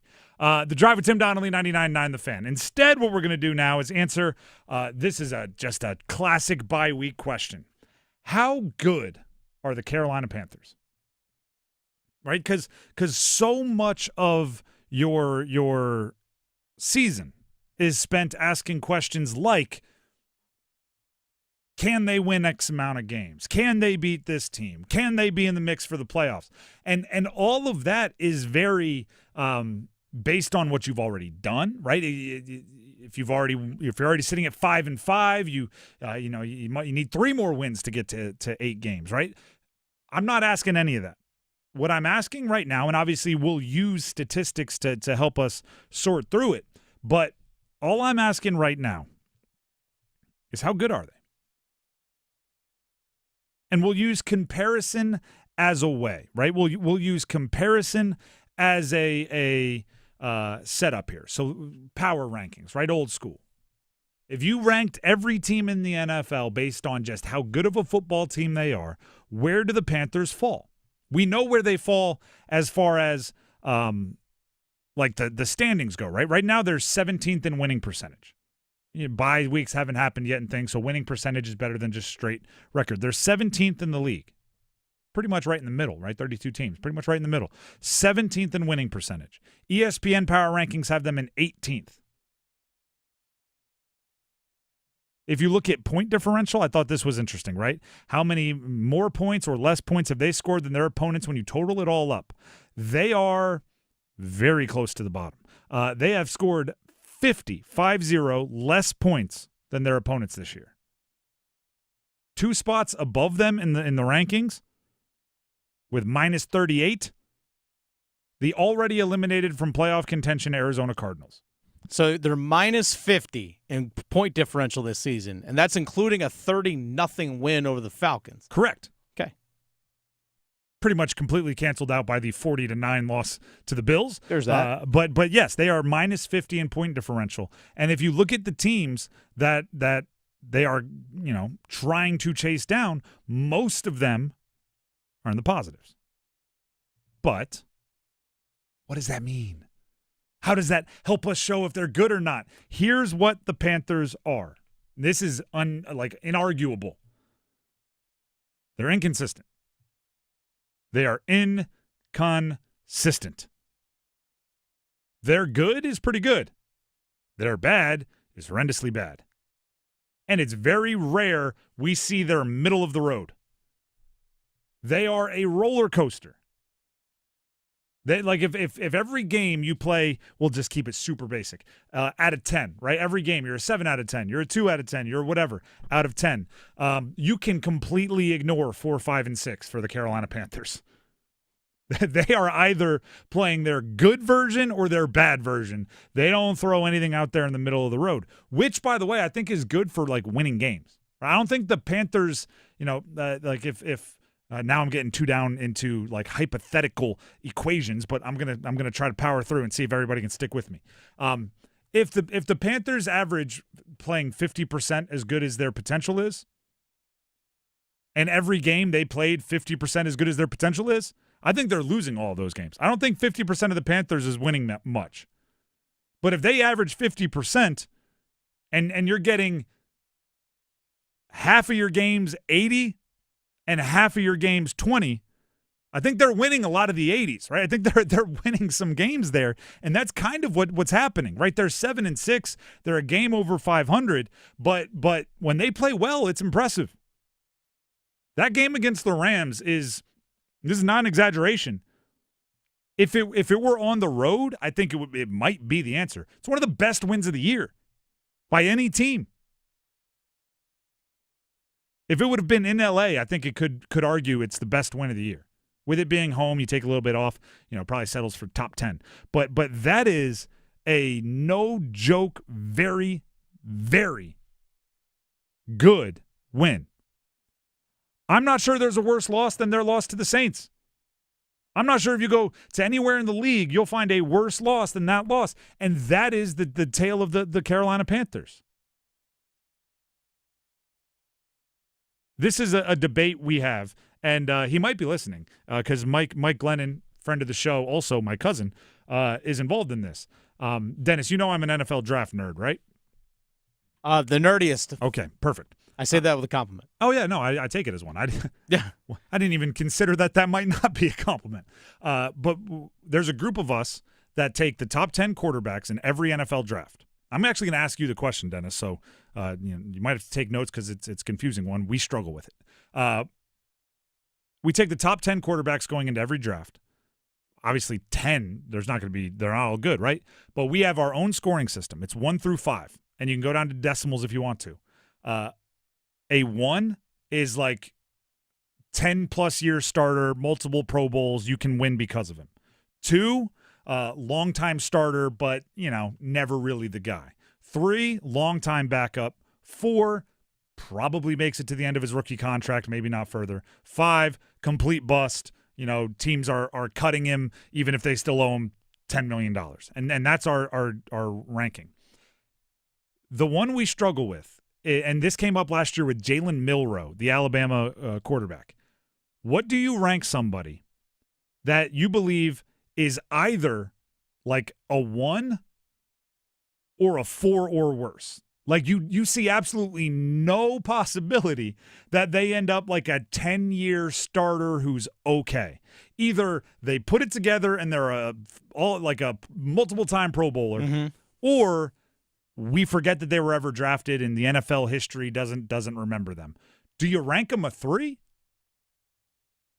You know what I mean? What's 3 again? Is just like a long-time backup? Yeah, like you're in the league for a long time. You think there's a 0% chance he's a 10-year backup, and that's what a 3 is. Mm-hmm. But what you really think is he's either a 1 or a 5. Yeah. So do you boom or bust? Do you average it out to a 3, or do you that's the struggle I have with the Panthers. Mm-hmm. Because I'm going they're either a 1, like they were against the Rams, or they're a 5, like they were against the Saints. And we could pick other examples, right? They're of 1 against other teams, 5 against other teams. I'm just using the 2 most obvious examples. Yeah, there's no middle ground. Its pendulum swings one side or the other. There's no form of just stasis with this team. So it feels incomplete to do what ESPN did, okay, and say they're 18th in the power rankings. Because on any given day, they're not 18th in the power rankings. No. They're either 8th or 27th. Yeah. You know what I mean? 8 or 28, yeah. They're not the 18th best team unless you go by, we take the 2 possible outcomes that they have and we average the 2 and pretend like that's what they are. I don't think if you go into a game against the Panthers, you're thinking we're playing a middle-of-the-road team. I think you go into a game against the Panthers going there's a 40% chance we're playing a great team and a 60% chance they're going to shoot themselves in the foot and we just have to get out of the way. That's a really, really conundrum of an answer. Because if you average 2, I think they're right middle of the pack, 16th, right? That's where I'd put them. But without that consistency, it's tough to even really get a pull for it. Dave Canales spoke to the media yesterday, and he talked about the ups and downs of this season for the Carolina Panthers. This is what it sounded like. This is a maturing team, and it's about handling the fundamentals and the basics. It always does. It always comes down to a handful of plays, whether it's on defense, offense, or special teams. Certainly, taking care of the ball is the big thing that we talk about. But it really just comes down to the fundamental execution and consistency that we're looking for. And it's our job as a coaching staff to keep pushing our guys to find that improvement that we're looking for, to solidify things, to take lessons learned and then move forward to find new lessons and say, okay, we've got this one.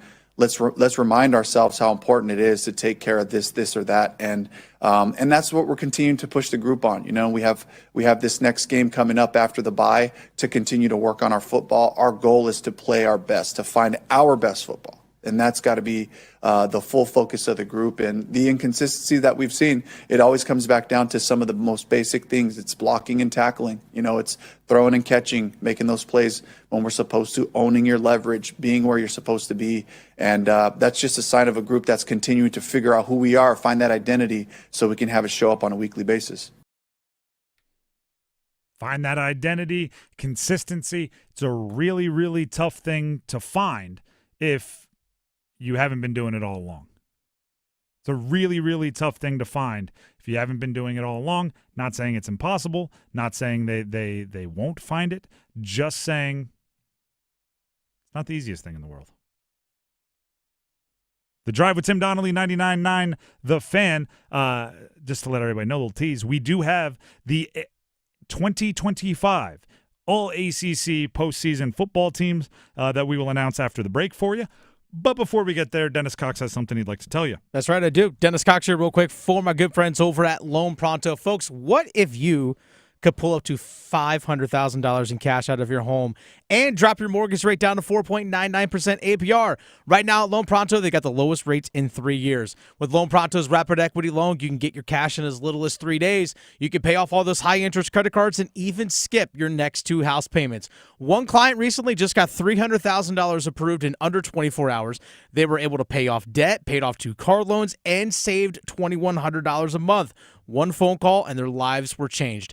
There's no wait, no hard credit pull up front. You probably won't need an appraisal. Just fast, easy cash from your home's equity. Rates are at a 3-year low, so act now. Call 919-381-1760 or visit loanpronto.com for your free instant home appraisal. See how much cash you can get today. Loan Pronto, they're A+ rated with the BBB and nearly 2,500 5-star Google reviews. Call 919-381-1760 and see how much cash you can get today. LoanPronto.com. Equal housing lender, NMLS 1661781 on approved credit. Visit NMLSconsumeraccess.org.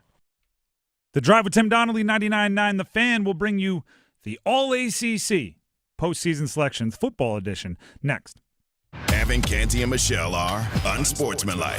Aaron Rodgers is the latest face in what has been a continuous problem for the Steelers. And I don't blame their fans for being upset. And I mean this with all due respect because you can never take away the resume from Aaron Rodgers. But Steelers fans are probably sick of a consignment quarterback. They're sick of them just shopping around in the offseason, and they don't have the quarterback of the present and of the future. Mornings from 6 to 9 on 99.9 The Fan, the Triangle Sports Leader.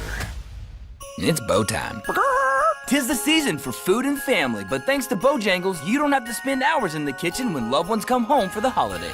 Set down the spatula and put away the mixing bowls, because this holiday season, Bojangles is ready to help you celebrate with all your family favorites like Chicken Supremes, Cajun Filet Biscuits, or a big bow box of hand-breaded chicken, scratch-made biscuits, and fixins for the whole family. We'll make the food so you can focus on making memories. Head to Bojangles and gift yourself a taste of home. It's bow time. If it's ho-ho-ho time, it's Bo-Bo-Bo time. Time to order a party-sized platter of that bodacious Bojangles flavor before your next holiday celebration. Choose a Bojangles Supremes platter and get 50 whole breast tenderloin fillets. Or go with a Bojangles dessert platter and get 2 dozen Bo-Berry biscuits, 2 dozen cinnamon twists, or 1 dozen of each. It's a platter full of Bo-liciousness. And don't forget to pick up Bojangles gift cards. Just the right gift for anyone on your list. Hurry, it's Bo time. Welcome to Cricket Wireless. Santa? I've got to get Mrs. Claus a gift or I'm in a whole lot of trouble. How about a single unlimited line? Only $35, plus a free Moto G 5G. Dude, you're a lifesaver. Here, take a present. Says it's for Timmy in Des Moines. Never heard of him. Join Cricket Nation and get a single line for $35 per month, plus a free Moto G 5G. Smile, you're on Cricket. Cricket may temporarily slow data speeds if the network is busy. Requires activation of new line on select unlimited plan or higher. Pay $40 first month. New lines only. First month service charge. Tax to sale fees. Terms and restrictions apply. Cricket 5G is not available everywhere. See cricketwireless.com. Actual price will depend on product and subscription plan. Featured products are compounded drug products, which the FDA does not approve or verify for safety, effectiveness, or quality. Prescription products require an online consultation with a healthcare provider who will determine if appropriate. See website for details, restrictions, and important safety information. Want a boost in and out of the bedroom? Hims has you covered. Introducing a new 2-in-1 approach to level up your game. Tadalafil for better bedroom performance and zinc for testosterone support. Turn things all the way up and find affordable treatment options at up to 95% less than brand names at hims.com/joy. That's hims.com/joy. We know you're hot to see a Carolina Hurricanes game in person. Visit 999thefan.com or fire up the Fan app and enter to win a pair of tickets and parking for the Canes-Columbus game on December 9th. Check out our Hurricanes hot ticket giveaway at 999thefan.com.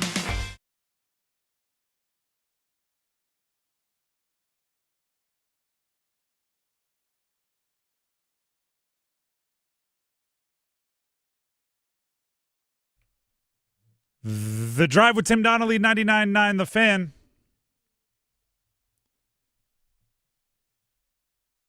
The ACC has revealed their all-conference teams following the regular season.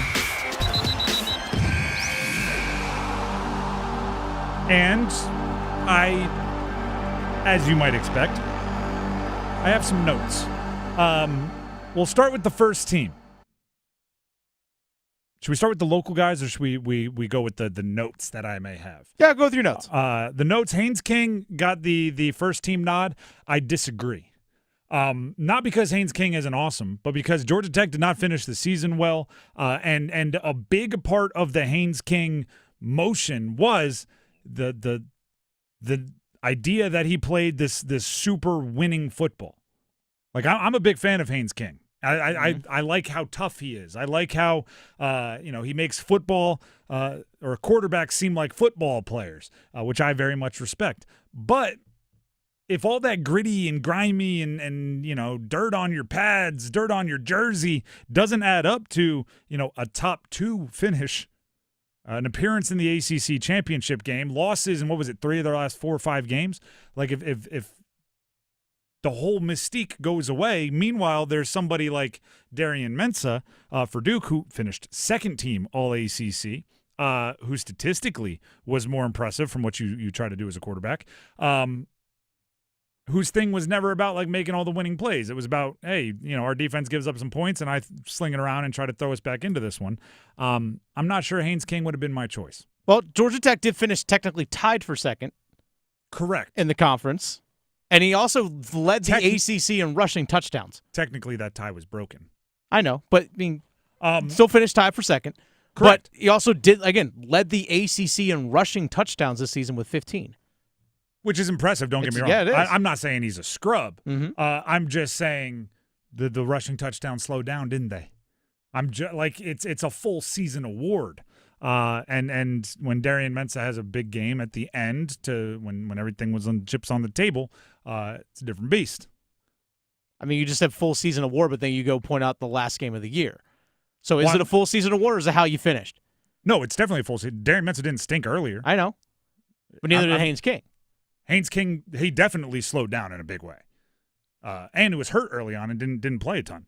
Yeah, I think he missed one game, I think. So there's full season award. That's what I'm like. If it ended right before the NC State game for Georgia Tech, I think Haynes King flies through, right? The issue is that's not when the season ended.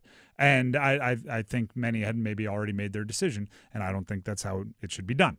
As far as local guys go on the first team, Hollywood Smothers, running back, speaking of not finishing strong, he didn't end up with 1,000 yards, did he? Which it felt like a foregone conclusion halfway through the year, but injuries obviously participating in that, and then he just became a super focal point of what defenses were trying to stop. What I respect about that one, and maybe this is like my homerism coming out, don't come at me too aggressive, I acknowledge it.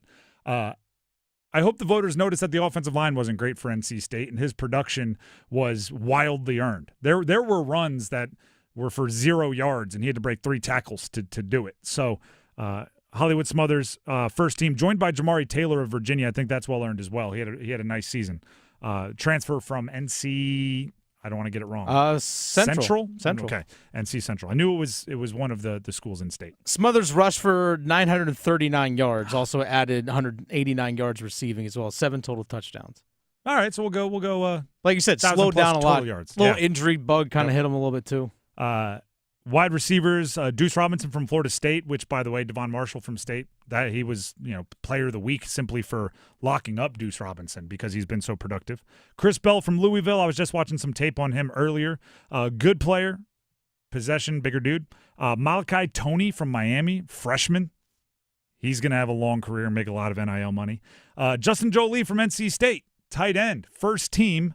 And offensive lineman, nothing really of note. Jolie's a beast, by the way. Dealt with some injuries as well, but wildly talented. I think he's a future pro. Not a ton of excitement in the offensive line category. On defense, a couple of Miami guys, edge rushers.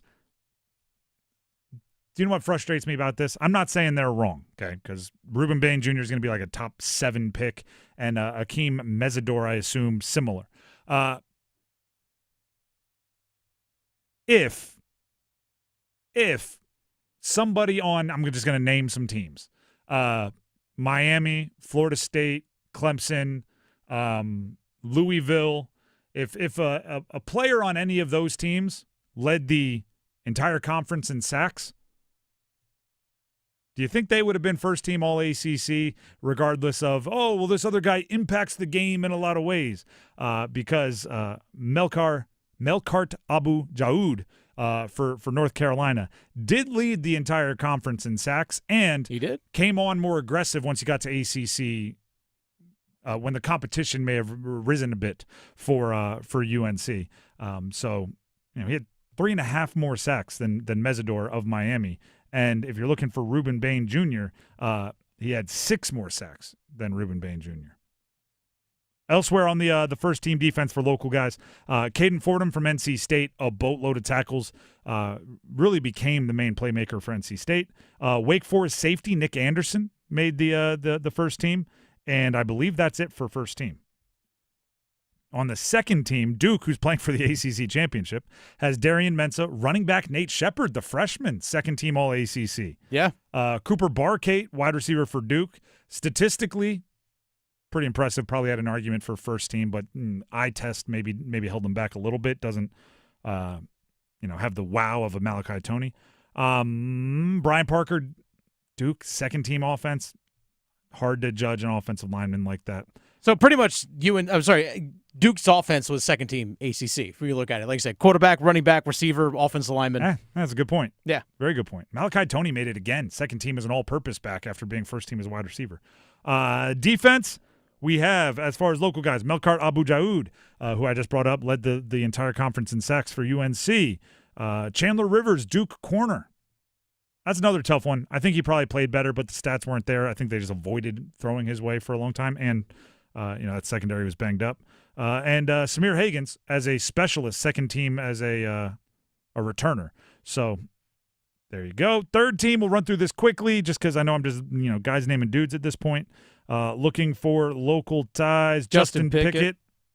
Jinx. Offensive lineman, guard from Duke, made the third team. And on defense, Aaron Hall, defensive tackle from Duke. This is third team all ACC. Prunty, the corner from Wake Forest, made second team. And Chris Barnes, a specialist. Chris Barnes is a returner, specialist. Makes it from Wake as well. And then you can scroll all day for honorable mention. Yeah, there's about 900 guys.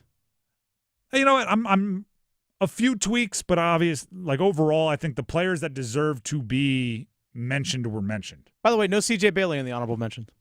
No C.J. Bailey in the honor. I wonder how honorable mention is categorized. Because some of the choices now, and I'm not even like C.J. Bailey is just a representative of this feeling. I think some of the choices for first team over second team were very much better NFL prospect. I think this is a better player. If you made me draft players at recess and I were a captain, I would choose that player over this player, even if statistics say, I should take this player. The eye test for C.J. Bailey says he should be at least an honorable mention. If Kevin Jennings and Chandler Morris, SMU and Virginia quarterbacks are honorable mention, C.J. Bailey should be as well. So maybe some of the justifications aren't adding up here, but I don't see anything super glaring. Little tweaks that I don't agree with, but nothing absolutely horrendous. Again, we just got this 10 minutes ago. Yeah, and when I say you could scroll all day and be still in the honorable mentions, they got 3 place kickers in honorable mentions. I'm not going to argue about who the 5th best play or 6th best place kicker in the ACC is. I refuse. I'm racking my brain for somebody who maybe deserves to be really aggressively snubbed or has been really aggressively snubbed, but nothing's jumping out to me. Yep, there it is. Maybe I'll be more angry about it tomorrow. By the way, we'll get ACC Offensive Player of the Year, Defensive Player of the Year, that kind of stuff. We'll get all that tomorrow. Okay. We'll get all that tomorrow. In the meantime, we have to get to cop or drop after You want that. true enlightenment? Well, I'm dropping. After that little break for some breaking news. Dennis, what are we copping or dropping? All right, we had a conversation earlier about the Carolina Hurricanes and their goaltender situation. Cop or drop, the starting goaltender for the playoffs is currently on the roster. Cop or drop? I'm gonna cop it for the same reason I've copped it, I think, last year and maybe the year before. Goalies don't grow on trees. If you're a buyer, you have to find a seller. You know what I mean? And the ones that make sense never seem to be what the Canes go for. Would you say the groundswell is growing for like a UC Soros move? The worse and worse maybe Nashville plays. But he has a no movement clause, so he can say, nah, I'll stay right here. And he has a contract that I don't think the analytics would love. No, it's literally just the first year of an 8-year deal. And the Canes are so disciplined, right? They don't splurge if it's not a good value, if there's not something that can make it happen. So I don't think goalies like Bennington, I know is mentioned a lot. I don't see teams itching to trade players. You know what I mean? I don't see teams itching to trade goalies, so buyers, there's no options there. So I'm dropping it, not saying because they don't want to or try to, but it's tough. All right, next one, cop or drop. The Carolina Hurricanes will trade for a forward before the trade deadline. Cop or drop? Say it again. The Carolina Hurricanes will trade for a forward before the deadline. Cop or drop? No, it's a tough one. It is. I'm dropping. Okay. I think, you ready for this? It's been a while since I said this too. The if you know, you know category, and people laugh. I think they like their group. I think they like their group. As they should. And the moves that would improve your group at this point are big moves. You know what I mean? You're not getting somebody that increases your top six right now the way Stankoven's played center thus far, unless you're giving up something of big value. And I don't think they want to upset that apple cart that way. I think the big moves have already been made, right? The Ehlers, the Miller, Nikishin being brought into the mix. Like, those are the moves that are either going to make it a huge success or failure. That's what I'm looking for. All right, next one up here. Last one here regarding the Carolina Hurricanes. You mentioned the name Alexander Nikishin. Cop or drop? The Canes and Nikishin will sign a long-term extension before the season is over. Cop or drop?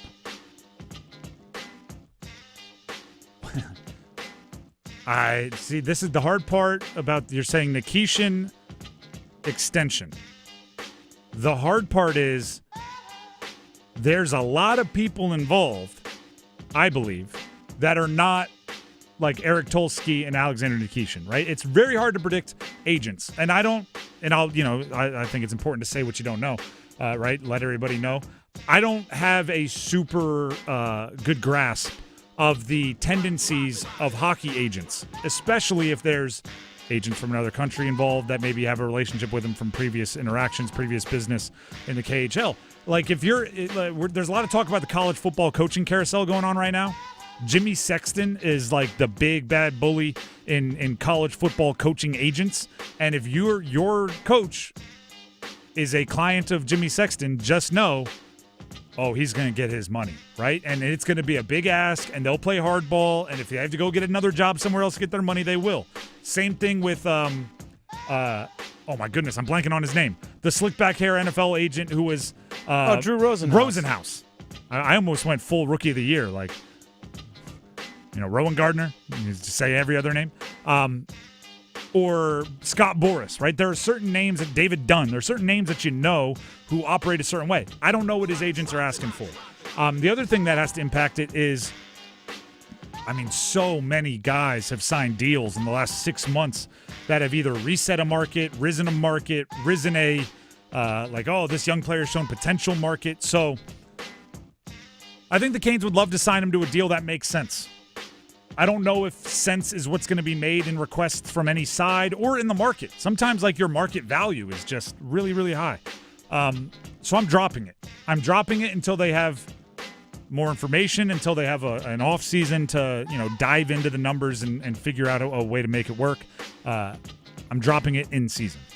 All right, let's actually, you mentioned college football. Let's shift our focus over there. Cop or drop? The ACC will have no teams make the college football playoff. Cop or drop? Ooh, that's tough. I'm dropping. And I'll drop.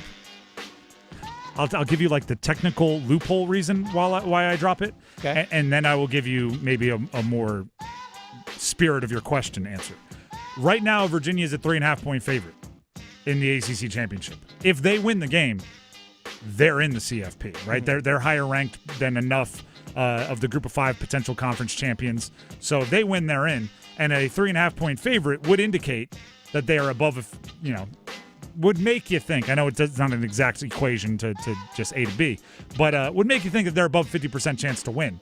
And if above 50%, you cop it. I will drop it for what I think you were asking.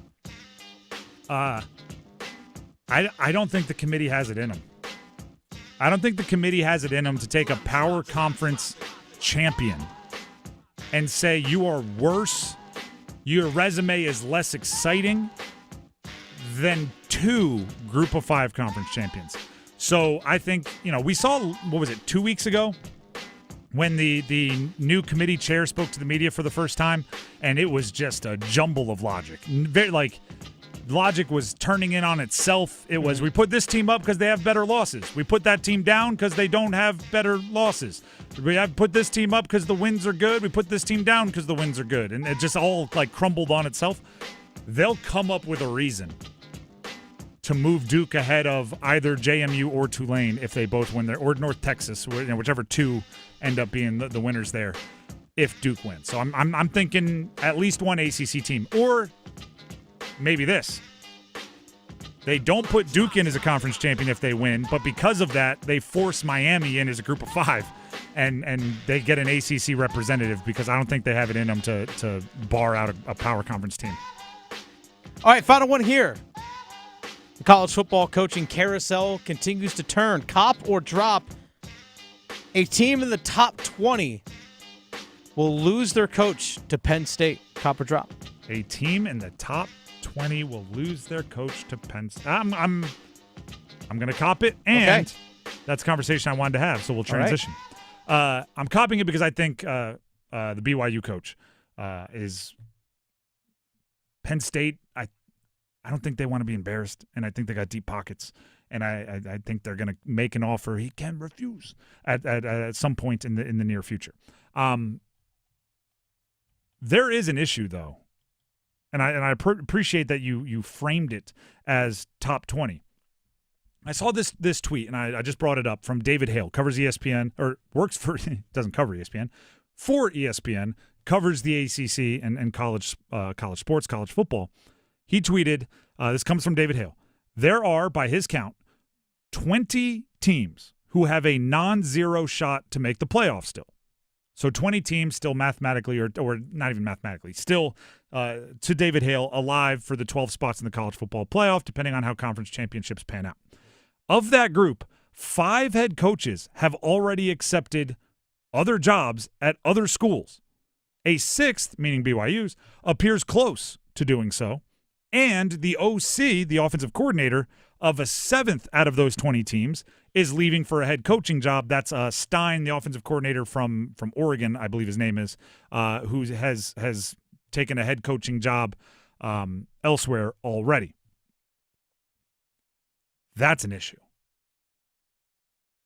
The championship hasn't been decided, and it's being decided by coaches leaving.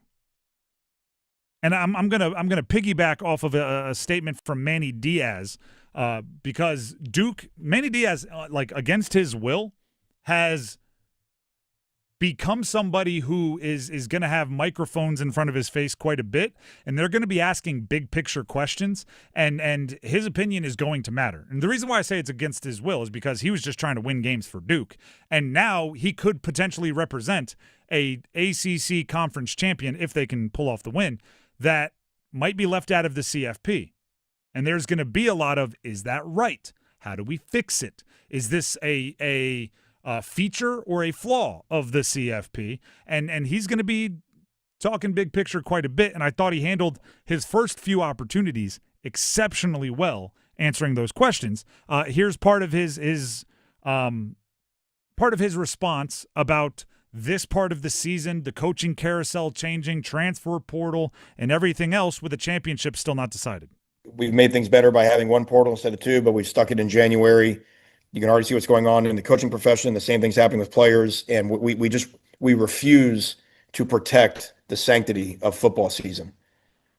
And that's a bad thing, right? Right now, we're not protecting the sanctity of football season. We're not protecting the sanctity of chasing a championship. And that has to change. There are things in the sport that just have to change. So we're talking about tweaking tiebreakers and all this. Like, everybody knows it. Like, we get it. We know this doesn't make any sense. Well, let's again, we got to keep trying to make this game better, because the darn product on the field is so good. And we're not, the grown-ups, I think, often mess it up for the kids. The sanctity of the championship. That might be my favorite line. I know I say favorites a lot, and you can't have a billion, but that's one of my most favorite statements I've heard in a long time. I'm going to read it again just because I want everybody to make sure they heard it the first time. We're not protecting the sanctity of chasing a championship. We're not protecting the sanctity of chasing a championship.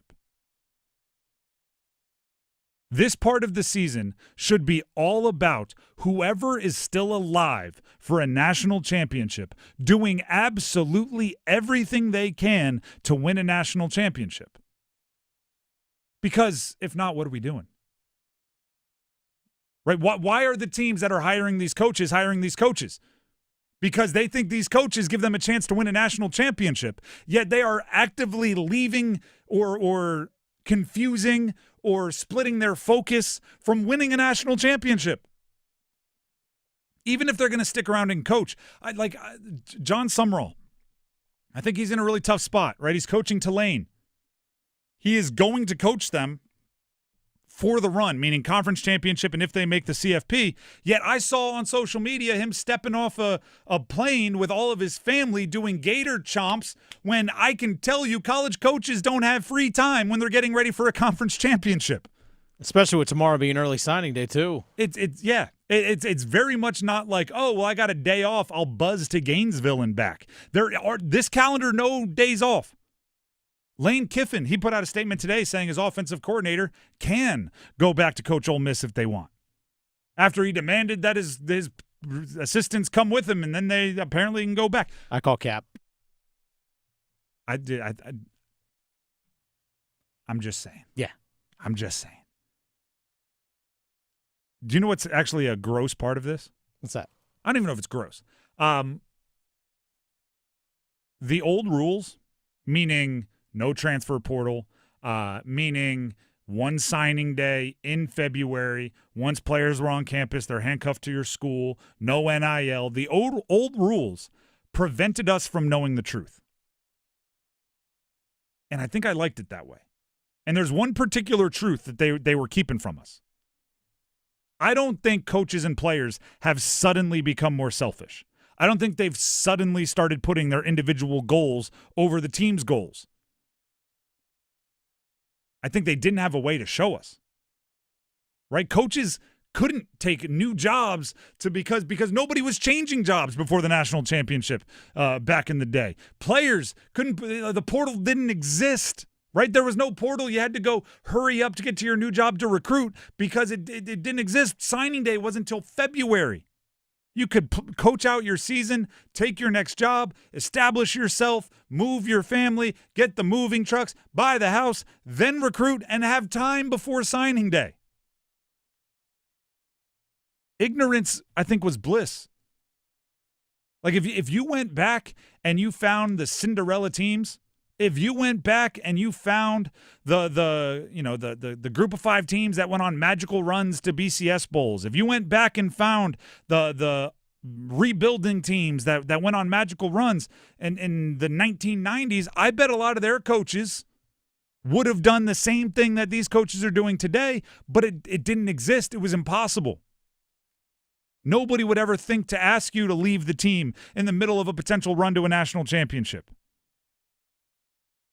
So I think we need to put rules in place that hide it from the public again.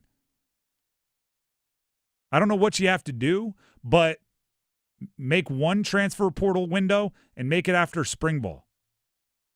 So every coach that takes a new job can go coach spring ball at the next job after the season's over, try to recruit their players that they want to stay that way, and have plenty of time to evaluate who on other teams they want to grab out of the portal, and it doesn't infringe on this year's season.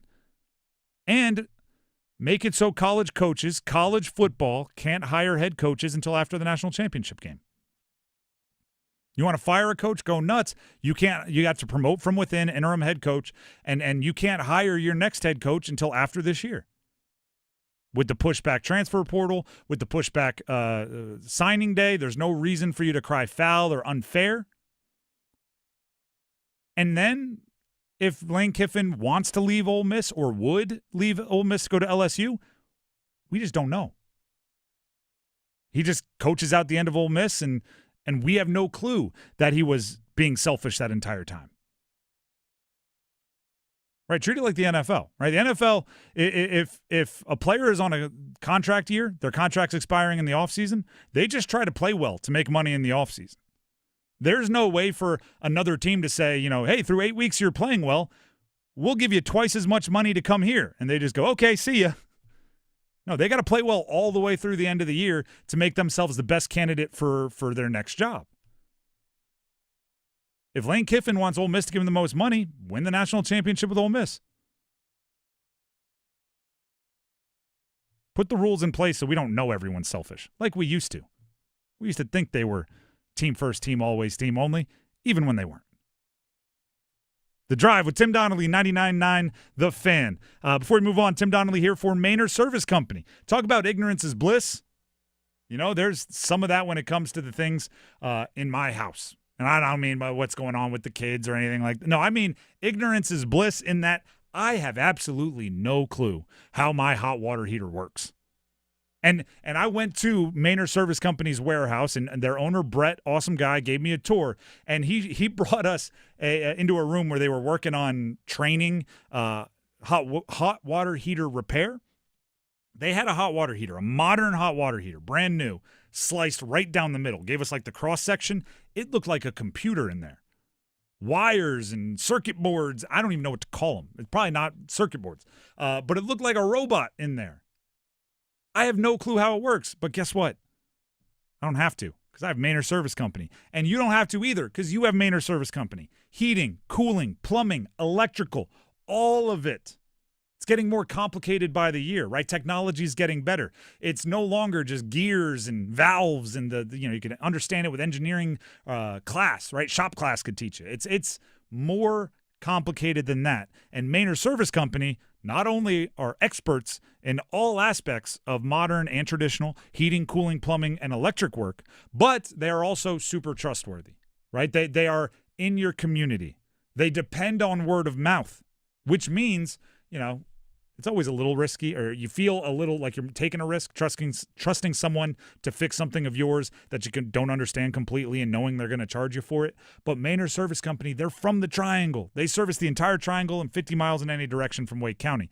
That is peace of mind, right? They didn't become who they are by not doing great work or taking advantage of anybody. That word of mouth is a big reason of why they're so popular, and they want you telling your friends how awesome it was as well, so they'll treat you right.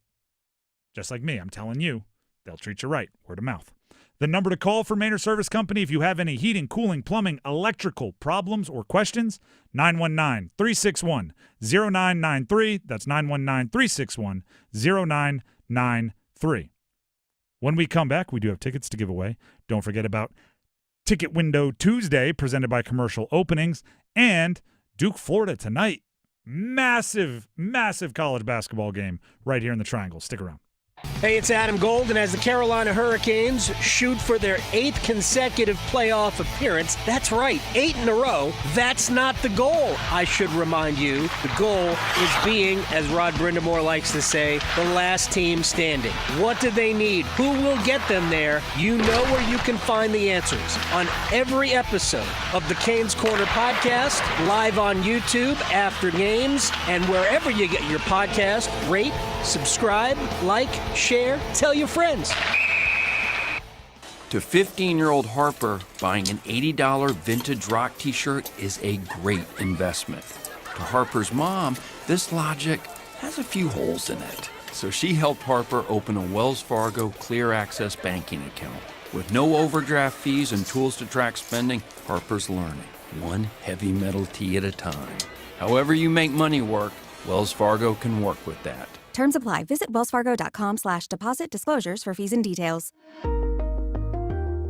If you or anyone you care about is facing a family legal matter, call Cordell & Cordell today at 1-855-GET-LEGAL or visit CordellCordell.com to schedule your consultation. There's a lot on the line in divorce. This is Joe Cordell of Cordell & Cordell, the largest family law firm in the country, with over 35 years of helping clients navigate divorce. But being big doesn't mean less personal or less local. Our attorneys live and work in your community, and as neighbors, they understand the challenges your families face. Divorce touches all areas of your life: your home, savings, retirement, and of course, kids. So when you find yourself facing divorce, you need a partner you can count on. Visit CordellCordell.com to schedule your consultation. If you or anyone you care about is facing divorce, contact Cordell & Cordell today. With over 100,000 clients served, we understand the challenges you're facing on a personal level. Call Cordell & Cordell today at 1-855-GET-LEGAL. That's 1-855-GET-LEGAL. Joseph Cordell, licensed in Missouri and Illinois. CordellCordell.com.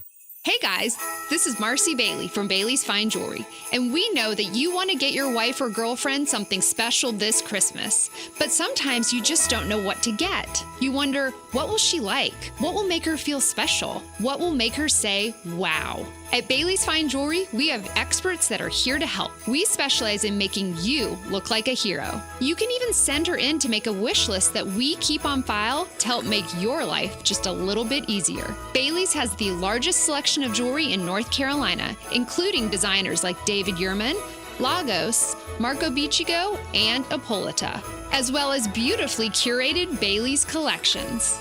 And don't fret, because if for some reason she doesn't love your gift, we have a 30-day return policy. Our goal is to be your go-to jeweler for life. Bailey's Fine Jewelry, located in Raleigh's Village District, Cary's Fenton, also in Rocky Mount, Greenville, and Charlotte. Every woman wants a Bailey box under the tree.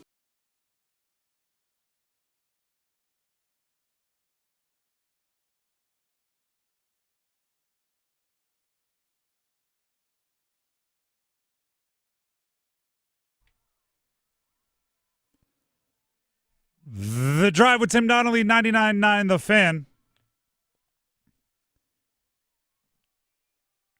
Should I pause to build some suspense here? It's time to give away some tickets. Let's do that hockey. It's time to find another winner on our Ticket Window Tuesday presented by Commercial Openings. Let's get you some tickets to the Canes San Jose Sharks game on Sunday right now. Call 919-860-5326 and be caller 10, and you'll score a pair of tickets to the game. Again, that's 919-860-5326. Call in now. Caller 10 is the winner. Let's up that. 4 tickets. Let's not do a 4 pair. tickets. Let's do 2 pair. How about 4 that? tickets. I got 2 pair. That's turning over the poker hand. I got 2 pair. Give me 2 There you per. go. There you go. A lot of around the office day. There's been a ton of like early 2000s hip hop references. 919-860-5326 for your chance, if you're caller number 10, to win 4 tickets to see the Canes and Sharks on Sunday. Got to call in right now. Got to be caller number 10. And we've doubled it again. I know we're promoting a pair, but we went 2 pair this time. Going crazy. Listen next hour again for another shot to score Canes tickets thanks to our friends at Commercial Openings, your commercial door experts. And not just next hour, the 5 o'clock hour, yes, and the 6 o'clock hour also. And we'll start it all up next Tuesday, I believe. Perhaps. Maybe. Maybe not. I'm just teasing things that I don't even know if they're actually happening. But I can tell you, next hour, 5 o'clock, 6 o'clock hour, without fail, we will give away more tickets. And somebody is winning them right now. I see Dennis smiling on the phone. The Drive with Tim Donnelly, 99.9 The Fan. And thank you to Commercial Openings, your commercial door experts, for helping us bring that awesome prize to some of you. Now let's look towards number 15 in the country. 15th ranked Florida coming to Cameron Indoor right here in the Triangle to face number 4 in the country, Duke, part of this monster night of college basketball across the country. Duke is in the middle of their toughest stretch of non-conference games, and their last real fireworks before their conference schedule begins. In their last game on Thanksgiving, they beat Arkansas 80-71. Arkansas was top 25 ranked. Now, today, they are playing defending national champions, Florida, ranked 15th in the country. On Saturday, they will play Michigan State. They're ranked 7th in the country. Then they'll play Lipscomb. They'll get a little mid-major break. And then number 16, Texas Tech. They'll have their kind of traditional Christmas break. I think they go 9 or 10 days without a game. And then their ACC schedule starts. So top 25 ranked Arkansas was a win. Then they'll have Florida tonight, Michigan State, 2 top 15 teams in the country, Lipscomb, Texas Tech, who's 16th in the country, Christmas break, ACC schedule. It's all pedals floored for Duke right now. And I talked about the big man thing earlier, right? Because Florida's bringing a couple guys, 6'11", nearly averaging double-double, some good players, been hurt recently, but they're bringing them to town. There was another question that was raised a bit during the Arkansas game. So Cam Boozer was going bananas, right? It did raise this question, and Dennis, correct me if I'm off base here. All right. It sounds foolish to say, because Cam Boozer is probably the betting favorite to be National Player of the Year. Are they exposing themselves a little too much to what if Cam Boozer has an off night? Because 35, 9, and 3 against Arkansas. Doing that every night. Caleb Foster had 15. Gongba had 11. Evans 9. Not many bench points. Like, their offense kind of came and went as Boozer was able to create it and or do it himself at times, being big body down low. Any player, no matter how good they are, is going to have an off night. Mm-hmm. Duke has the talent. I saw a mock draft today that had, I think, 5 of them in the first round. But it was Boozer, Cam Boozer 2, and then the rest were all, between 20 and the end of the first round. Yeah. They have the talent to be able to sustain a down period or an injury to anybody, but you don't want them to be startled into it. You know what I mean? Yeah. You don't want it to be like, oh, Boozer's having an off night. Oh, which one of us is going to score? Like, he's really gosh darn good. Statistically, maybe the best introduction to college basketball we've ever seen in the first 8 games. But that also means a lot of volume and usage is going through one guy. And against Arkansas, I told the story earlier. My dad's a Duke fan. He was getting all worked up when they, gave up little runs and things to Arkansas. And I was going, just wait for Boozer. He'll figure it out. When Boozer gets hot, you're good. And then Boozer would get hot and they'd, take the lead back. It's a hair concerning. Like, Dame Sarr could be a lottery pick if he finishes the season well. I think he's averaging like 7 points and 4 rebounds, something like that. Like, there's just not a lot of production there. We know what Isaiah Evans can do when he catches fire, right? If he's a flamethrower from 3, if he hits a couple, right? He makes a couple, the basket starts looking like a hula hoop, and he just can throw them in from anywhere. But, are you comfortable just going like, hopefully if Cam Boozer has an off night is one of those nights where Evans can't miss and he'll go post 30 himself? That's a little bit concerning. Yeah, I think the lack of consistent outside shooting as a whole from the team is probably the biggest cause for concern. I think going forward, if they can find consistent outside shooting, because again, like you mentioned, Isaiah Evans can light it up from the outside. But what about Caleb Foster? What about Darren Harris, Kuminga, Sarr? Like, if these guys can be a consistent threat shooting from the outside, again, when I say consistent, are you consistently hitting somewhere around like 41, 42, 43% from three? Well, guess what? Now I can't collapse on Boozer in the post if he's down there. I mean, Boozer obviously can step outside and shoot consistently himself, but as a collective, you have to be more than just one guy. I agree. And by the way, and I have to say this about really all three teams in the Triangle this year, I'm not wondering if they're going to be a good team, right? Like, they're being judged by Final Fours and national championships and ACC championships. Like, you know, most teams, Cam Boozer's going to be able to just have a good game. Like, he's that good. For sure. But this little stretch where they're playing a bunch of top 25 teams before conference play, it might be a chance to see what happens, right? Because remember, against Texas, and Texas beat NC State. They're a good team, but I don't think anybody's, you know, picking them for the Final Four. In the first half, Cam Boozer didn't play well. Now, this was the first game of the year, and they didn't win or it may even been down at half. Then Cam Boozer, with, you know, the legend is John Shire told him he was playing soft, and they won by 15 in the second half. Maybe that's a sign. I don't know. I'm just floating things. I want to see. Storyline to watch going into the game against Florida tonight. The Drive with Tim Donnelly, 99.9 The Fan. One might say unpredictable, right? I don't know. I want to see what happens. That's kind of how I feel when I watch interest rates, the market move up and down. Tim Donnelly here for Gordon Miller and Miller Lending. And it's similar, right? You don't want to be dependent on any one thing. Right? I can't buy a house until rates come down. I can't get my mortgage until rates come down. I'm just going to wait. What if they go up? What if they go up? What if they go up and stay up for a while? Well, you might be sitting there just not in a house and not being able to put down roots and not having what's best for your family. How about this as an alternative, as another option? A no-cost loan from Miller Lending. Gordon's been doing no closing cost loans since 1987. What that does, with no closing costs, and no means no, right? Zero means zero.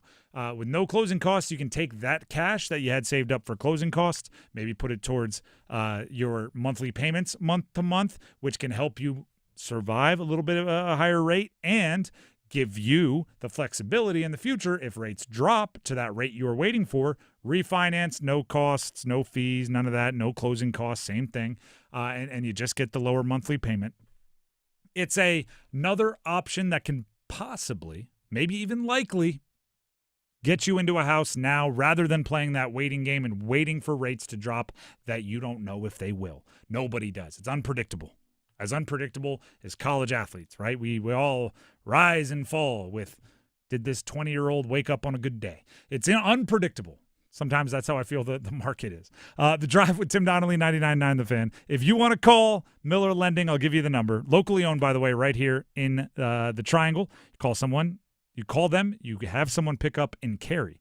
The number is 919-447-3377. That's 919-447-3377. Or visit them online at millerlending.com. That's millerlending.com. Miller Lending is an equal housing lender, NMLS number 250-2146. Starting five, coming up next. Don't go anywhere. Finally. Yes, finally. There's an app for 99.9 The Fan. Finally! Listen to your favorite hosts, your teams, and live sports action. Touchdown, Philadelphia! They are destroying the Chiefs! And every podcast episode at your fingertips, anytime, anywhere. Available for Apple iPhone and Android phones. Download the 99.9 The Fan app today. Powered by Aspire Money Management. When building clients come knocking, open the door to the best products and service at Commercial Openings, your one-stop shop for everything commercial swinging doors and door hardware. Commercial Openings has over 2,000 doors in stock, and we have on-staff consultants to help you pick the right doors and hardware for your project. We also stock bathroom partitions and accessories such as grab bars and mirrors. Come see our showroom at 3904 Capitol Boulevard in Raleigh, or see our impressive inventory at Commercial commercialopenings.com. Hey folks, it's Dennis Cox from 99.9 The Fan for my friends over at Raleigh Weight Loss Center. I've been with the program at Raleigh Weight Loss Center for 4 months, and I've lost 42 pounds. But most importantly, I've maintained that weight that I've lost as well. And you can actually get started on that program even before the new year. When everyone sets those new weight loss goals, go ahead and get started on it right now because the Raleigh Weight Loss Center is extending their huge 20% off Lose It holiday sale all the way through December 19th with the lowest prices of the year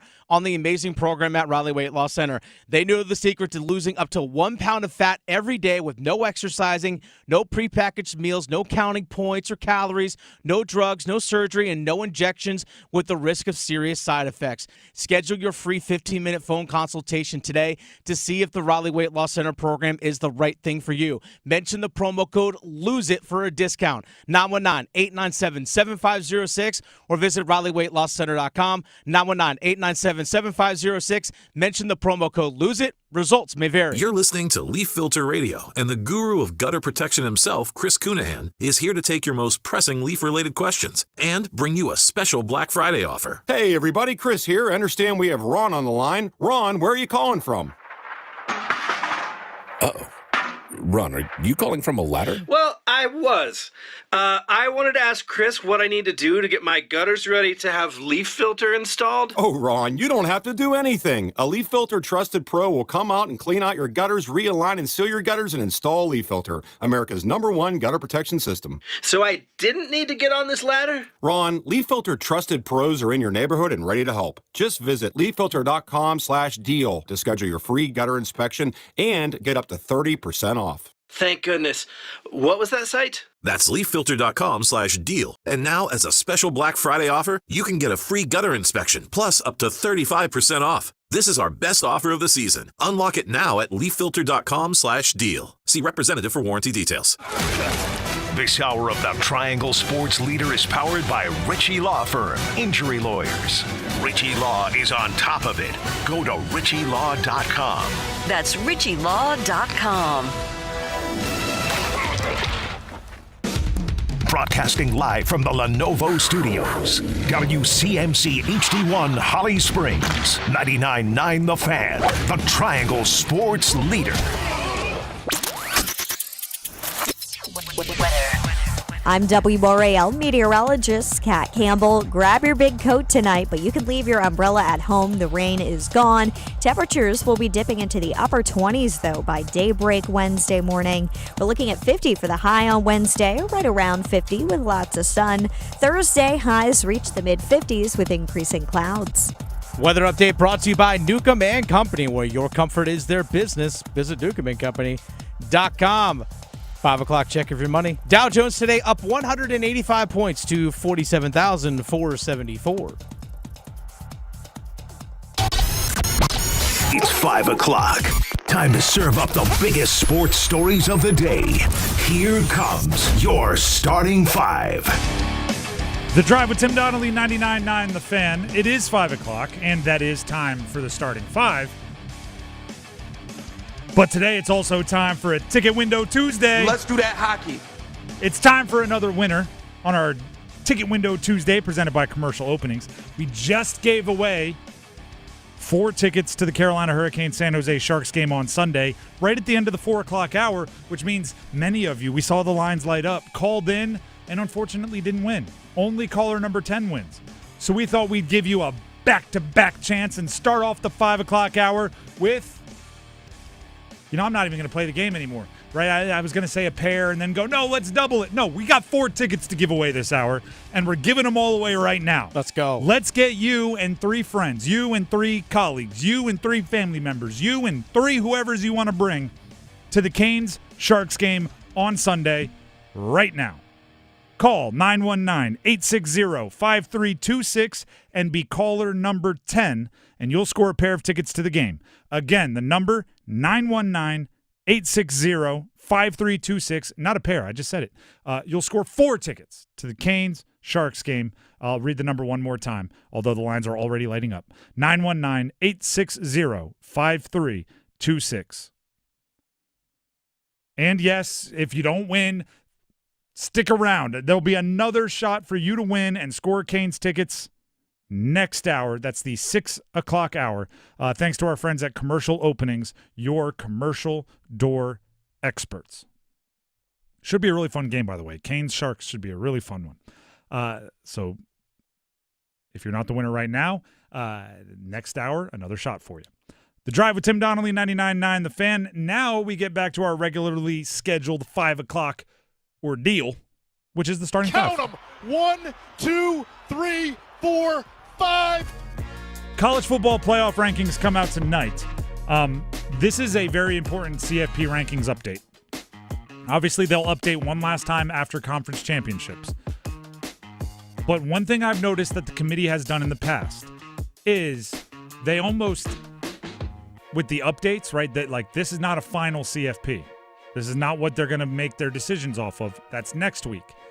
Sometimes with these last couple of updates, they set it up so their jobs are easier in the future, right?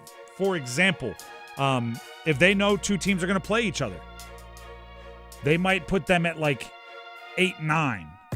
That way they know, all right, that one's going to be settled on the field. One of them's going to stay in the top 10 or 11. One of them is going to fall out, and they can just settle it on the field. So next week, we don't have a difficult decision to make, right? They almost set themselves up to say, well, that team went up because they won. That team went down because they lost. It's easy.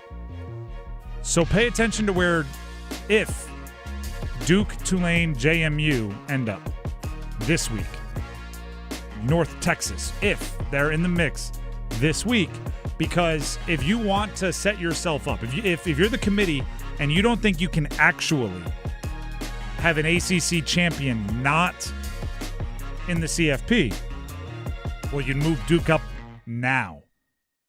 So next week, if they beat UVA, you don't have to move them up way more than seems plausible.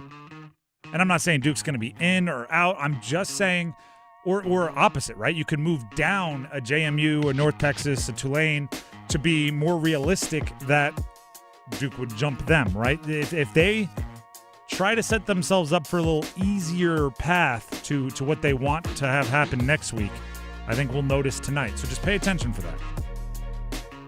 Pay a little bit of attention. That's number 5. Let's get to number 4. 1, 2, 3, 4 all together. We have an issue in college football. It's an issue that has spread from coaches to players, players to coaches, front office executives, coordinators, which, by the way, we can update you on this. Pete Thamel, ESPN college football reporter, writer, did tweet out just moments ago that Kalani Sitake, the head football coach at BYU, who appeared to be the zeroed-in on target for Penn State, he's begun informing people that he will be staying at BYU. And part of that assumption is BYU is coming with a huge jump in compensation for Sitake to keep him. So the carousel ever turns. But here's the problem with coaches right now, and it plays into players leaving before the season is over to enter the portal and all of that. David Hale of ESPN tweeted this out. There are, by David Hale's account, 20 teams who have a non-zero shot to make the playoff. So across the country, 20 teams, based on if this team wins or loses or if they win their conference championship, could, even if it's a small chance, could end up in the CFP. Of those 20 teams, 5 of their head coaches, so 1/4 of the teams that have a non-zero chance, have had their coach already accept a job at another school. Okay. A 6th, at the time this tweet was written, appeared close to doing so. That would have been Sitake from BYU. So who knows where Penn State turns, maybe another team in this group. And the OC, the offensive coordinator of a 7th school in that 20, is leaving for a head coaching job, that being the offensive coordinator at Oregon, who left to take the Kentucky job, or is leaving to take the Kentucky job. That's an issue. So the schools that are already seeing their coaches leave are Ole Miss, Tulane. Tulane, North Texas, JMU, and another one. they've lost their coach for next year, but they're going to continue coaching their schools for the run of it this year. Mm-hmm. Lane Kiffin is gone. He's not coaching Ole Miss, which is ironic because most would say Ole Miss of that group has the best chance to win a national championship. True. Here's the issue with it. It downgrades, it devalues the national championship.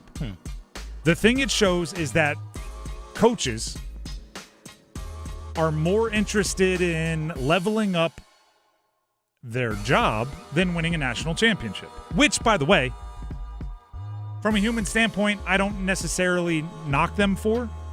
Right? John Summerall apparently is doubling his salary. More than. Just doubling his salary. That's a big, life event. But college football has to operate under the pretense that the most important thing is fairly winning a national championship. Right? It can't be, more important than your morals and your ethics, right? You can't cheat for it. But it has to be the most important thing operating within a program. And that's not how it is right now. And as Manny Diaz said, we refuse to protect the sanctity of football season. We refuse to protect the sanctity of football season. That's exactly it. It's so well put. He worded it in a different phrase. We're not protecting the sanctity of chasing a championship. It has to be protected. I think with all the rules put in, we kind of assumed nobody who has a bye in the CFP would ever choose to leave that opportunity. But Lane Kiffin did. So I think we got to put in guardrails. I think we have to change the way the hiring cycle works, change the way college football allows coaches to move, to take new jobs, because, think of how everything changes. Imagine now you're playing Ole Miss. You went from, oh no, to, well, they don't even have their coach. They don't have their play caller. They don't have their secret sauce. I think I would like to play Ole Miss. It's messing with it, and I don't like it. And Manny Diaz has done a really good job talking about it, and I hope to hear more from him on the subject. Well, you can ask him about it in a couple of days on Thursday. He's set to join the show Thursday. You hear that? Manny Diaz, head coach of Duke, who's playing in the ACC championship game this weekend, will be on the show later this week. I'll try to mix it up. I want to talk to him about Duke and their chances of winning the ACC. I also want to... He's doing a really good job talking big picture in college football, and I want to get his thoughts on that. So we'll pack as much as we can into our conversation with Manny on Thursday, I believe is when we're expecting that. That's number 4. Let's get to number 3.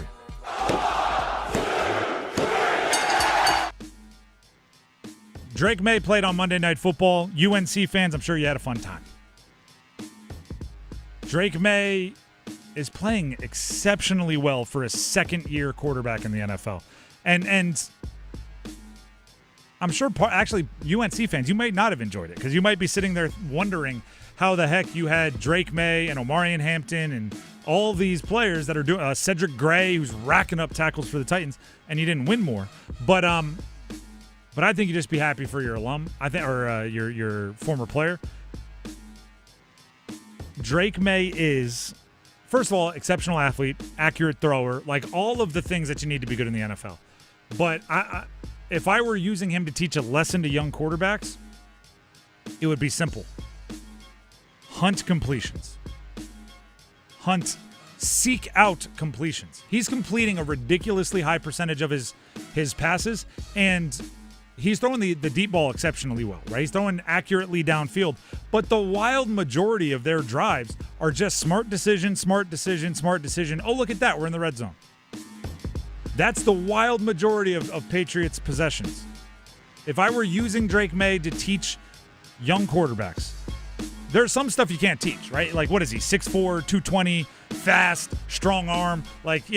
Not a lot you can do to just wiggle your nose, I Dream of Genie style or Bewitched style, and just have that. But what you can do is use your skill set, work on your throwing motion, be as accurate as possible, and just hunt completions. The spectacular, which remember at UNC, he'd be like in the grasp, being spun to the ground and throw it with his left hand, and it would be a touchdown. Can't teach all of that, right? That's NFL MVP stuff. But you can take away some of what I think Mike Vrabel, Josh McDaniels, what Josh McDaniels probably learned from his time with Tom Brady. Just make a billion good decisions in a row. Not all of them have to be highlights, and you'll probably like the way the game looks at the end. And it's impressive that a second-year player has already gotten there. That's like the hard-earned wisdom of an 8-year vet. He's like, yeah, I had a really hard-earned first year, and I figured it out quickly because it was a really bad one. Not saying he played bad, saying the Patriots were a dumpster fire. That's number 3. Next up on the starting 5 is number 2. Just the two of us. We will be talking more about this game later because there's more than this time frame could get to. But North Carolina Tar Heels men's basketball, number 16 going to number 18 Kentucky tonight. One of just an unbelievable slate of games in college basketball. Tonight's game at Kentucky is the third of a 4-game stretch where their opponents are 23-5. St. Bonaventure, Michigan State, which they lost. St. Bonaventure, they won. Kentucky, Georgetown. All are 5-2 or better through their first 7 games. I said this earlier. I think UNC is packing like 2 years worth of team development, or trying to at least, packing 2 years worth of team development into their non-conference schedule. They're very much embracing we're going to build barriers between last year's season and this year's season and next year. Like, it's a 1-year living, breathing organism. And I failed to bring up this part of it. The Seth Trimble injury, first of all, it's a freak injury, right? It happened with lifting equipment falling on him in a weird way. I don't fully understand how, but he's out for some time. That is an accelerant in learning about your team. The veteran do-it-all guard, like that archetype, the good perimeter defender, the guy that's been through all of the battles, that's learned from great vets previous when he was a young guy. Like, Seth Trimble hides a lot, right? If somebody is panicking, he can camouflage that. You take Seth Trimble off the court and you're exposed, but also you accelerate the conversations you need to have about your team for things you need to fix. Like UNC, and this is another big one, like at Kentucky, this is a big one. This is it's not going to be smooth sailing, right? It goes back to what we were talking about with the Panthers against the Rams. Like, they're going to land their punches. You know what I mean? You're not going to win this one 100-50. Kentucky's going to make shots, just like, Puka Nacua is going to make a great catch. But what you have to do is just get them more than they get you. And that's sometimes a hard lesson learned for recruits and transfers, the level of which UNC brings in. Like, I know it's a little bit different now. Like, I'm sure Caleb Wilson was playing in all of the All-Star games and coming out of high school, and he was playing on all the elite AAU circuits. But let's be real. Most games that Caleb Wilson has played in his career probably went pretty swimmingly for Caleb Wilson, right? He's a 5-star recruit. He's 8th overall recruit in the country. Like, his middle school games were probably big wins. You know what I mean? You got to learn what happens when the other team has a $20 million budget too. You know what I mean? You got to learn what to do against a team like Kentucky, and they're packing all of those lessons into a short period of time in their non-conference schedule, and I'm excited for it. Tonight's going to be a really fun one. A little late night action. It's a 9:30 tip. But we'll come back and talk about this game more later on. Because right now we have to jump to number 1 in the starting 5. Go one! Another big game. This one's here at home in the Triangle, so it gets to be number 1. Number 15, Florida, at number 4, Duke tonight. This is a real stretch of games for Duke. Actually, you know what? I'm going to give a side little shout-out here. Kansas gets a shout-out. Kentucky gets a shout-out. UConn gets a shout-out. Auburn gets a shout-out. Michigan State gets a shout out. I was having this again, I come from a sports family, so, when most people are at the holidays, Thanksgiving, maybe, catching up on life, me and my dad were having conversations about ACC scheduling quirks. We were talking about, like, Kansas playing all three teams in the triangle. It seems like in the last 2 years, Kentucky will have played teams in the triangle a bunch. And I know this is ACC, SEC challenge stuff, so, not all of it is by choice.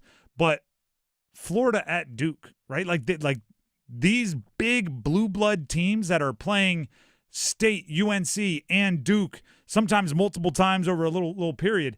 It takes a level of fearlessness to do that, and a level of we might lose this game to do that. You know what I mean? So we get these big weekends. We get these big non-conference. And, again, this one's a little different because of ACC, SEC. But you really find out what your teams are at this point in time. And it seems like all of the teams we cover are kind of really in the thick of it now, right? We talked about UNC going St. Bonaventure, Michigan State, Kentucky, and then Georgetown, right? We have Duke. They went top 25 ranked Arkansas on Thanksgiving. They have Florida tonight, Michigan State on Saturday. Those are three progressively higher ranked top 25 teams in consecutive games. So sure, the ACC SEC challenge was kind of against their will. But guess what? They didn't have to put top 25 ranked Arkansas before and top 10 ranked Michigan State after, right? Those were decisions. This is intentional. Duke is going to learn about themselves. And then they have a season to fix it, which I want to point this out. Last year, they had a similar stretch in their first 6 games, right? I think they played Kansas, Kentucky, and someone else in their first 6 games. Duke did. And we learned that their particular brand last year of stud freshmen didn't perform fantastically in the last minute of one-score games. Remember Cooper Flagg kept falling over, kept slipping? Yeah, he slipped in that game against Clemson. Yeah, I remember that. And that started at the beginning of the year. And it was like, all right, they have – because it was the Kentucky game, I think the Kansas game. He slipped, or Con Knipple had a turnover. Either way, they didn't execute exceptionally well in the last minute. And it was like, all right, they have a season to fix it. And then sure enough, their game ends in a collapse where they couldn't make it happen in the Final Four. Never quite got the right equation, right? Whatever we learned about Duke against Arkansas on Thanksgiving, against Florida tonight, against Michigan State on Saturday, against Texas Tech after they play Lipscomb. Whatever we learned about them, they'll then have their full conference run, their tournament run to figure out how to fix it. And if they do, right, sky's the limit. And same is true for these other ACC teams with the juggernaut talent. I will say this, and I watched some Florida basketball because my sister-in-law is she's an alum of Florida. She's also a big fan. They don't look quite as good as last year. Granted, they won the national championship last year, so there you go. But their guards can be I don't want to say taken advantage of because they're not great for a top 10 team. They're obviously an exceptional college basketball backcourt overall. But if this could be a game where Foster and Sarr and Caden Boozer might be the ones that have to carry a bulk of the impact for Duke because they have some good big guys, and obviously Cam Boozer because in every matchup you're going to expect him to perform. But that's just maybe a little hint of a preview for how that game is going to go. It's exciting though, and it's in Cameron Indoor, which is cool for Florida. The Drive with Tim Donnelly, 99.9 The Fan. That is the starting 5. Don't forget, everybody, another reminder. We do have another Ticket Window Tuesday giveaway, but not right now. So you can, hopefully you dialed a couple numbers there and I caught you before you hit send. Not right now. Next hour, sometime in the 6 o'clock hour, we will have more tickets to give away to Canes Sharks on Sunday. But the only way you'll win those is if you call in when we tell you to. Again, not right now. Thanks again to our friends at Commercial Openings, your commercial door experts. We need some numbers game contestants, don't we, Dennis? Because we have a $30 gift card to Alpaca Chicken, legendary flavor, hometown pride, going to the winner of the numbers game today. So we need 2 contestants to battle it out with jersey number trivia. The number to call in 919-860-5326. That's 919-860-5326. Call in now for your chance to compete in the numbers game and perhaps win a $30 gift card to Alpaca Chicken. Call in now. Numbers game next. Evan, Canty, and Michelle are unsportsmanlike. Aaron Rodgers is the latest face in what has been a continuous problem for the Steelers. And I don't blame their fans for being upset. And I mean this with all due respect because you can never take away the resume from Aaron Rodgers. But Steelers fans are probably sick of a consignment quarterback. They're sick of them just shopping around in the offseason, and they don't have the quarterback of the present and of the future. Mornings from 6 to 9 on 99.9 The Fan, the Triangle Sports Leader. Here's Brandon with Parkway Sleep Centers. Tired of waiting for a sleep treatment? At other sleep centers, it can take 6 to 8 months just to get an appointment and cost you thousands more. Not Parkway Sleep Health Centers. We schedule you within weeks and we'll save you money too. We have over 20 years of experience serving the Triangle. Let our expert team help you sleep better sooner. End your sleep problems. Live your best life. Experience the Parkway Sleep difference. Visit parkwaysleep.com and start your journey to better sleep today. Parkway Sleep Health Centers. Sound sleep, sound health. It's football season, and let's be honest, your living room doesn't have award-winning wings, a massive beer selection, and over 50 TVs. Carolina Ale House does. We were recently voted one of USA Today's 10 best sports bars, and we need you to help us celebrate. Come get in on this legendary game day experience. Bring your crew, bring your appetite, and get loud with us. Don't fumble your game day plans. Come watch the games at Carolina Ale House. Ale yeah. What if you could pull up to $500,000 in cash out of your home and drop your mortgage rate down to 4.99% APR? Hey, it's Dennis Cox. Right now at Loan Pronto, they've got the lowest rates in 3 years. With Loan Pronto's Rapid Equity Loan, you can get your cash in as little as 3 days. Pay off all those high-interest credit cards and even skip your next 2 house payments. One client just got $300,000 approved in under 24 hours, paid off their debt, paid off 2 car loans, and saved $2,100 a month. One call, life changed. There's no wait, no hard credit pull up front. You probably won't need an appraisal.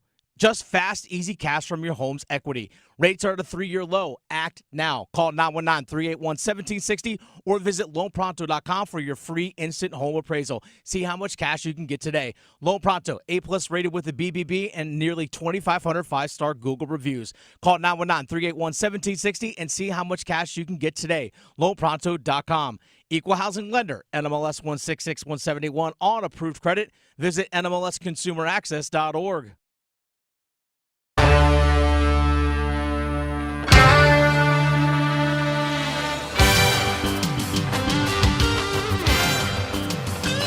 It is time to play the numbers game.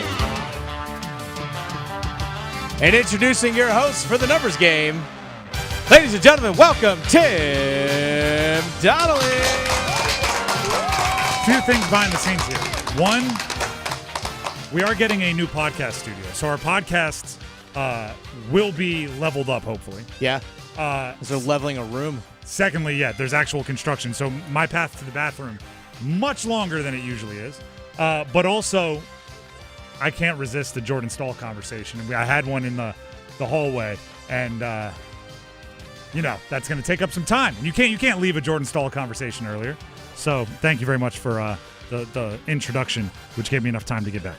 It is time for the numbers game, and that means either Steve in Raleigh or Ben in Raleigh will win a $30 gift card to Alpaca Chicken. To do so, they will have to defeat the other in jersey number trivia. We have Steve in Raleigh and Ben in Raleigh on the line, as I just said. We'll bring each of them onto the show, ask them the same question, and Dennis will pick his favorite answer. That person will get to go first, and we'll go from there. We'll start with Steve in Raleigh. Steve, are you there? Yeah, man, I'm here. All right. Inspired by the conversation I just had about Jordan Stahl, who is one player in sports history, any sport, that you enjoy talking about, right? If you're walking in the hallway and someone goes, hey, did you hear about so-and-so, the stat that so-and-so made, you just get excited. Well, it's one player you could talk about all afternoon. I guess from my childhood, it would be John Elway. I remember the Super Bowl. He dominated. I was a kid. Not a bad one at all. John Elway, locked in. We'll go to Ben in Raleigh. Ben, can you hear me? Yes, I can. All right, same question to you. If you're walking around, you're with a buddy, you stumble into somebody in the hallway, and they start talking about an athlete, who is one athlete you'd be excited about to talk about all afternoon? Well, I'm just going to go with my fandom here. I'm a Cowboys fan, and I can talk about Dak Prescott all day. Whether it's negative or positive, there's always something to say about Dak Prescott. Someone always has an opinion. There's some sayings in radio about I'd rather be interesting than good because, entertaining is pretty important in this business. Dennis, John Elway or Dak Prescott? Who is your favorite answer for a player you could talk about all day? This is an easy one for me. It's John Elway. My number in college was 7 because I was such a John Elway fan. So John Elway's easy, and there's already enough Dak conversations as there is in sports media. John Elway, it's an easy answer. Ironically, my the first number I got to choose, like in Pop Warner football, was 30 for Terrell Davis. Nice. For those Elway teams. And then, of course, I went on to play quarterback. So that makes, not much sense. But I was a big Terrell Davis fan, and those Elway teams were awesome. Either way, that means Steve in Raleigh gets to go first. Ben in Raleigh, you'll have your chance. Just sit on hold, and we'll figure it out from there. Steve, are you ready to pick a category? Yeah, I'm glad you picked John Elway, too. He's much better than Dak Prescott. Well, he did say good and bad about Dak. Like, it's not like he's praising him. Sometimes it's fun to talk about. Hey, your you're rival proving his negatively. point. He said everyone has an opinion about Dak. So I just said good and bad. I know. That wasn't an opinion. No, I'm saying he's proven Ben's point. I get you. Yeah, I get what you're saying. All right. Either way, the categories are NFL players with holiday names. Some other names relate to the holidays.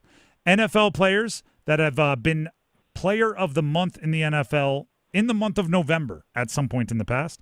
NBA. I'll take that one. Ooh, not even going to hear the rest. All right, so we'll go NFL players, November players of the month. I'll give you the team and the player. Give me the jersey number as quickly as you can. There will be 30 seconds on the clock, one pass if you need it. Do you have any questions before we get started? Nope, let's go. All right, I like your confidence. Your time will start when you hear the horn. Joe Burrow, Cincinnati Bengals. 7. Incorrect. Cordero Patterson, Chicago Bears. 84. Correct. Kirk Cousins, Washington Redskins. 11. Incorrect. Joe Burrow, Cincinnati Bengals. 4. Incorrect. Kirk Cousins, Washington Redskins.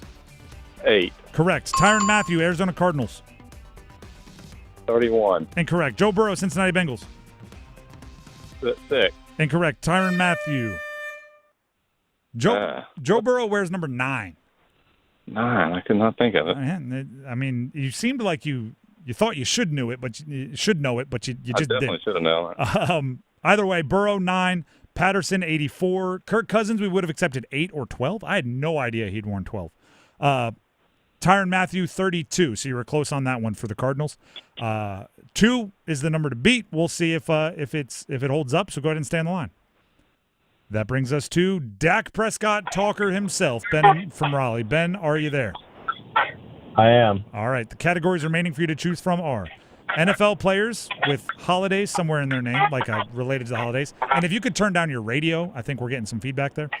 NBA players that are all Europeans is one of the categories, and NHL Hurricanes throughout history. Let's do NBA players all European. Okay.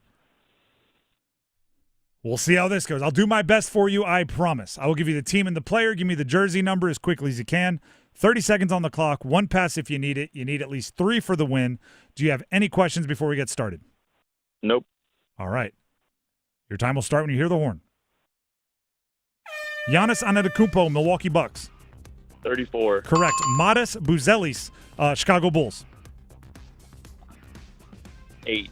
Incorrect. Tumani Kamara, Portland Trailblazers. Pass. Musa Diabate, Charlotte Hornets. 11. Incorrect. Matas Buzelis, Chicago Bulls. 11. Incorrect. Tumani Kamara, Portland Trailblazers. 15. Incorrect. Musa Diabate, Charlotte Hornets.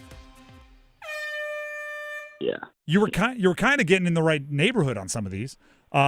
Antetokounmpo, we were looking for 34. You got it to us. Buzelis, 14 was the number. For Kamara, 33. And for Diabate, 14 is the number we were looking for. Unfortunately, not enough for the win, but hopefully you had some fun. Yep.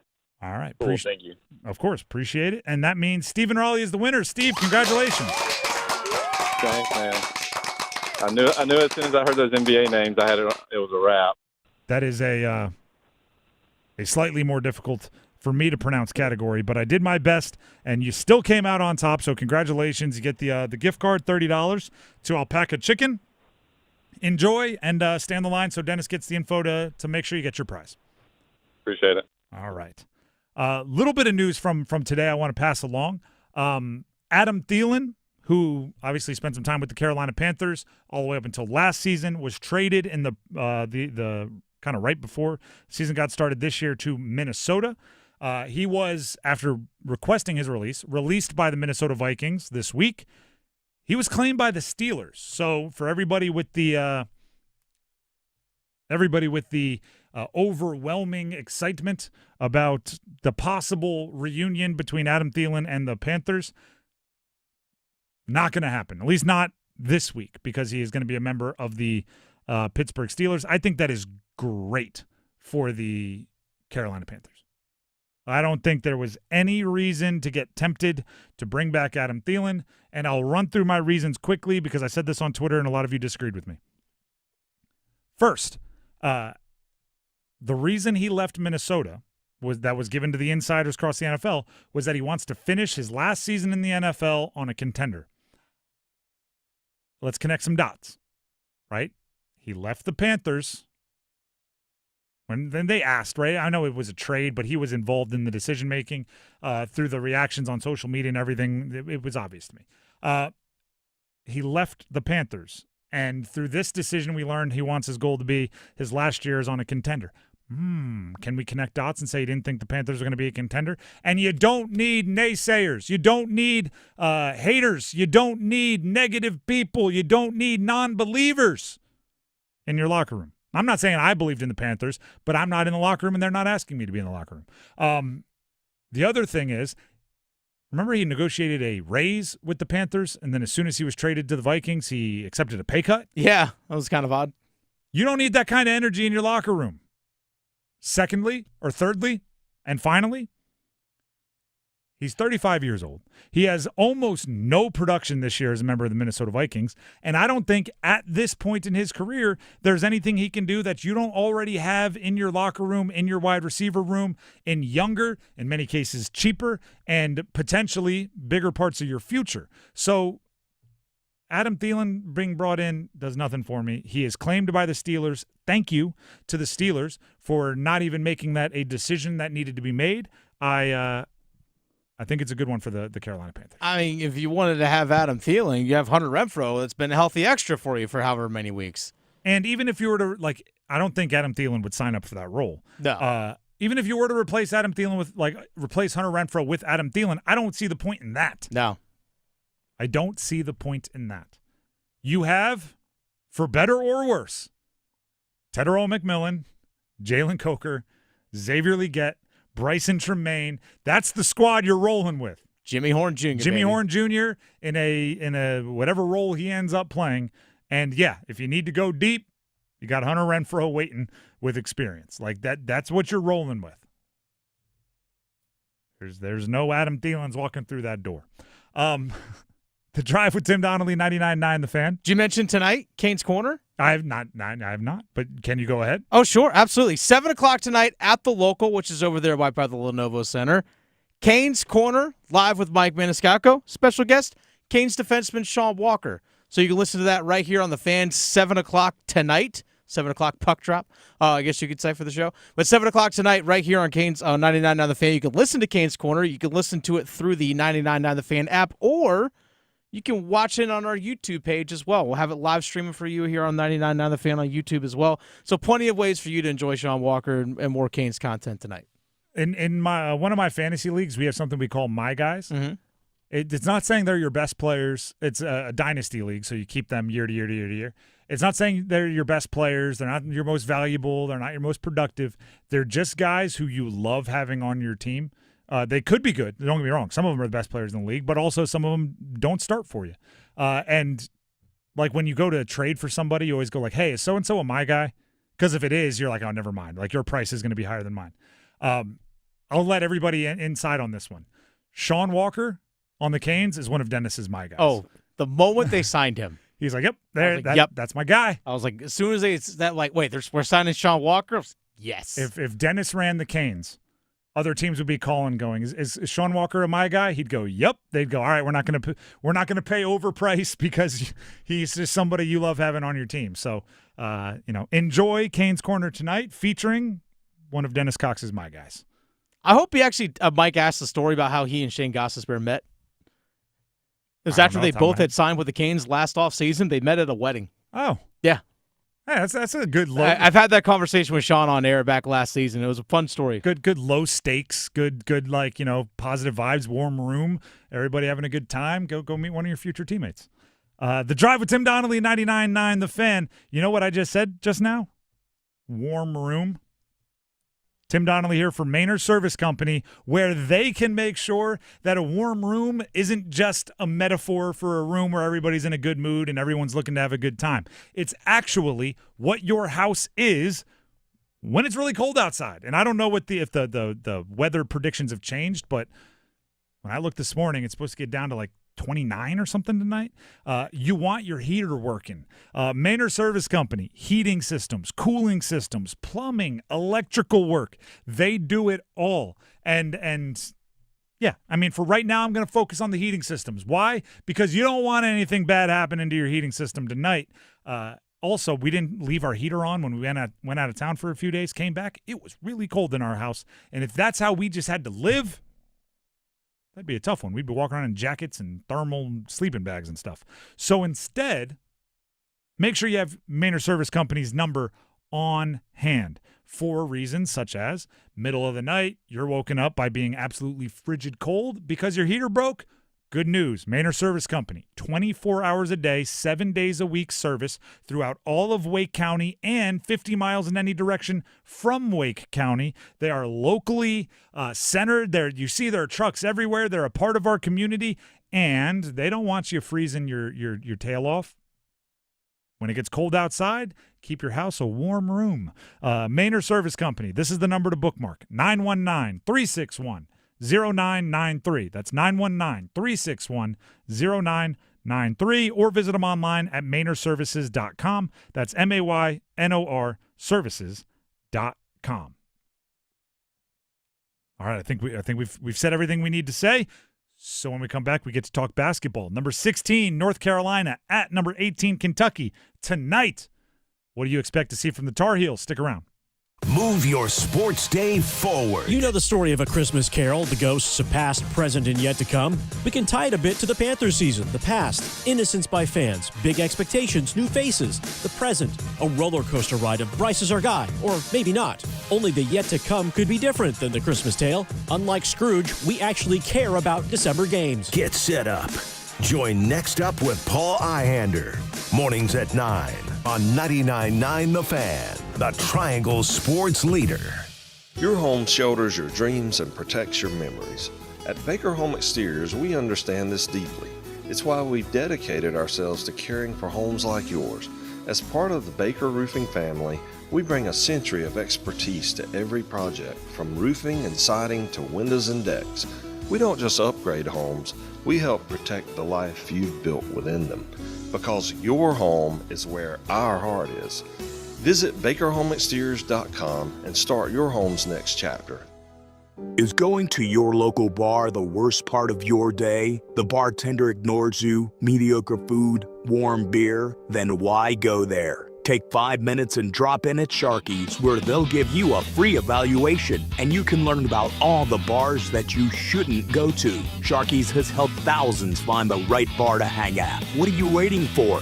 Sharky's evaluation could be the cure to the worst part of your day. Change your bar, change your life. Sharky's, 5800 Durley Road by the Shell Station. If you or anyone you care about is facing a family legal matter, call Cordell and Cordell today at 1-855-GET-LEGAL or visit CordellCordell.com to schedule your consultation. There's a lot on the line in divorce. This is Joe Cordell of Cordell & Cordell, the largest family law firm in the country, with over 35 years of helping clients navigate divorce. But being big doesn't mean less personal or less local. Our attorneys live and work in your community, and as neighbors, they understand the challenges your families face. Divorce touches all areas of your life: your home, savings, retirement, and of course, kids. So when you find yourself facing divorce, you need a partner you can count on. Visit CordellCordell.com to schedule your consultation. If you or anyone you care about is facing divorce, contact Cordell and Cordell today. With over 100,000 clients served, we understand the challenges you're facing on a personal level. Call Cordell and Cordell today at 1-855-GET-LEGAL. That's 1-855-GET-LEGAL. Joseph Cordell, licensed in Missouri and Illinois. CordellCordell.com. This Christmas, gift deeply. At Bailey's, we know jewelry is more than just something sparkly. Each piece carries meaning, emotion, and love. Discover the largest selection of designer jewelry, diamonds, luxury timepieces, and gifts for everyone special on your list. Give a gift that says everything words cannot. Beautifully wrapped in our iconic Bailey box. Visit Bailey's Fine Jewelry in Raleigh, Cary, Rocky Mount, Greenville, and Charlotte, or at baileybox.com, because every woman wants a Bailey box under the tree.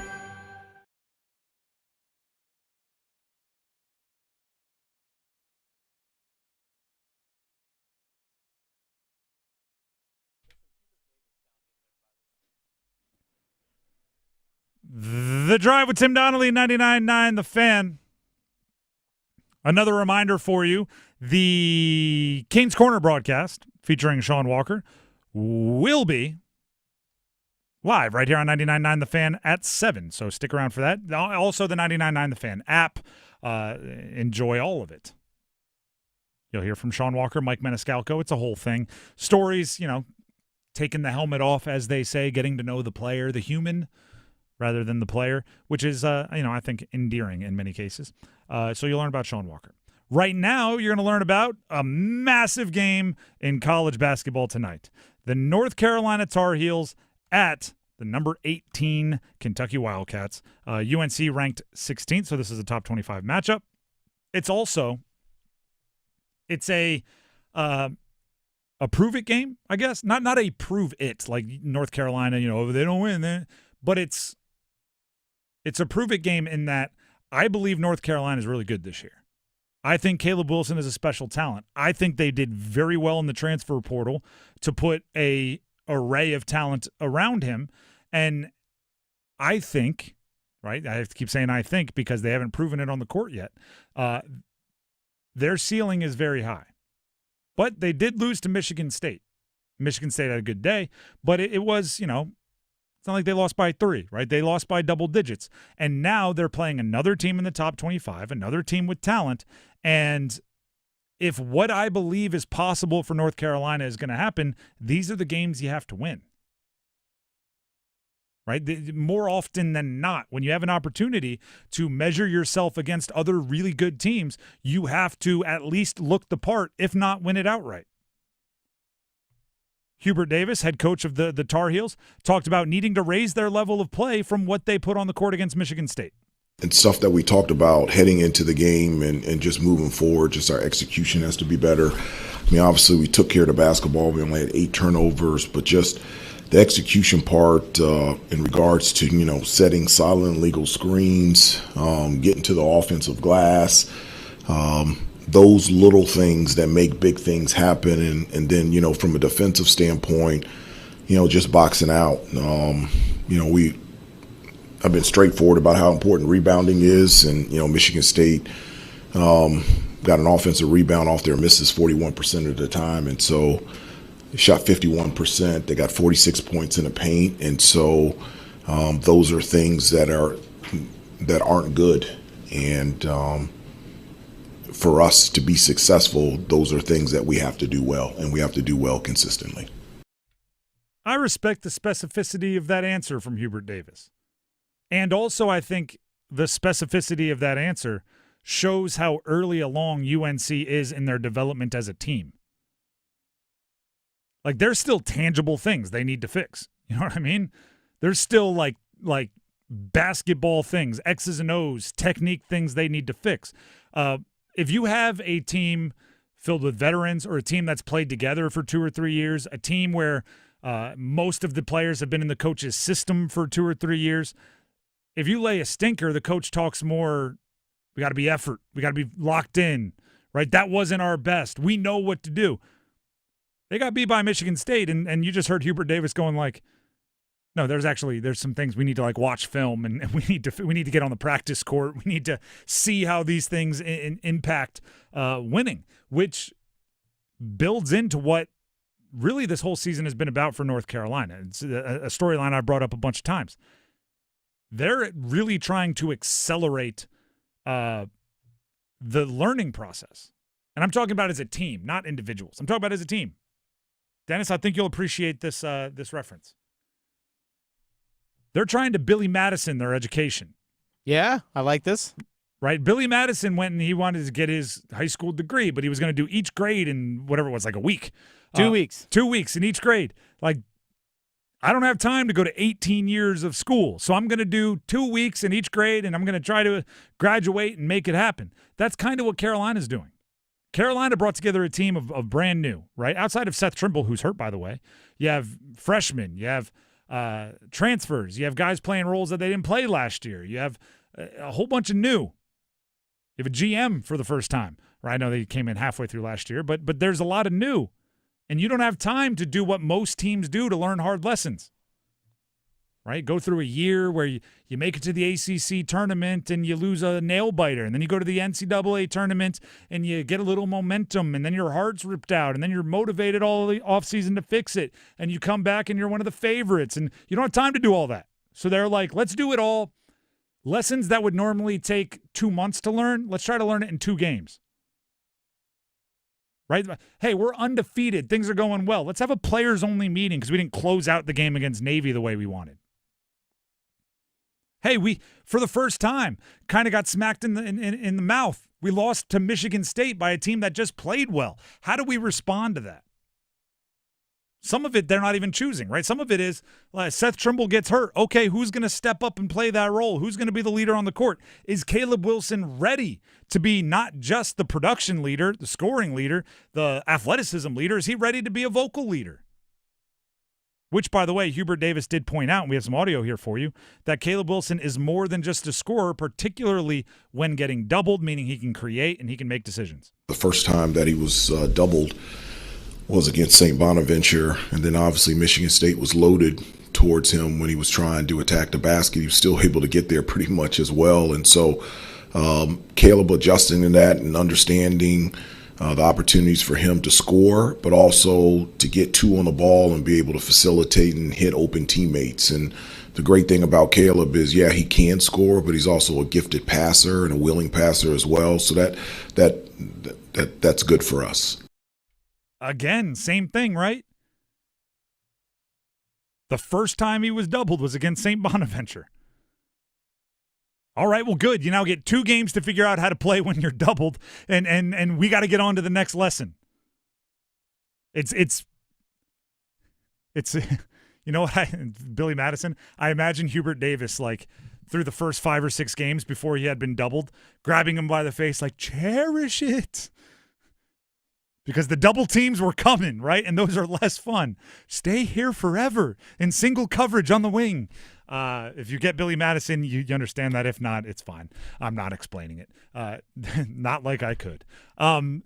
Huge game of college basketball tonight. Huge game slate of college basketball. Yeah, huge tonight. night. Yeah. There's still Canes tickets to give away in the next hour. We'll do that in the 6 o'clock hour, part of our Ticket Window Tuesday. There's still Canes Corner at 7 o'clock here on 99.9 The Fan. There is just a really solid Tuesday. Might go to Bed Bath & Beyond. I don't know if I'll have time.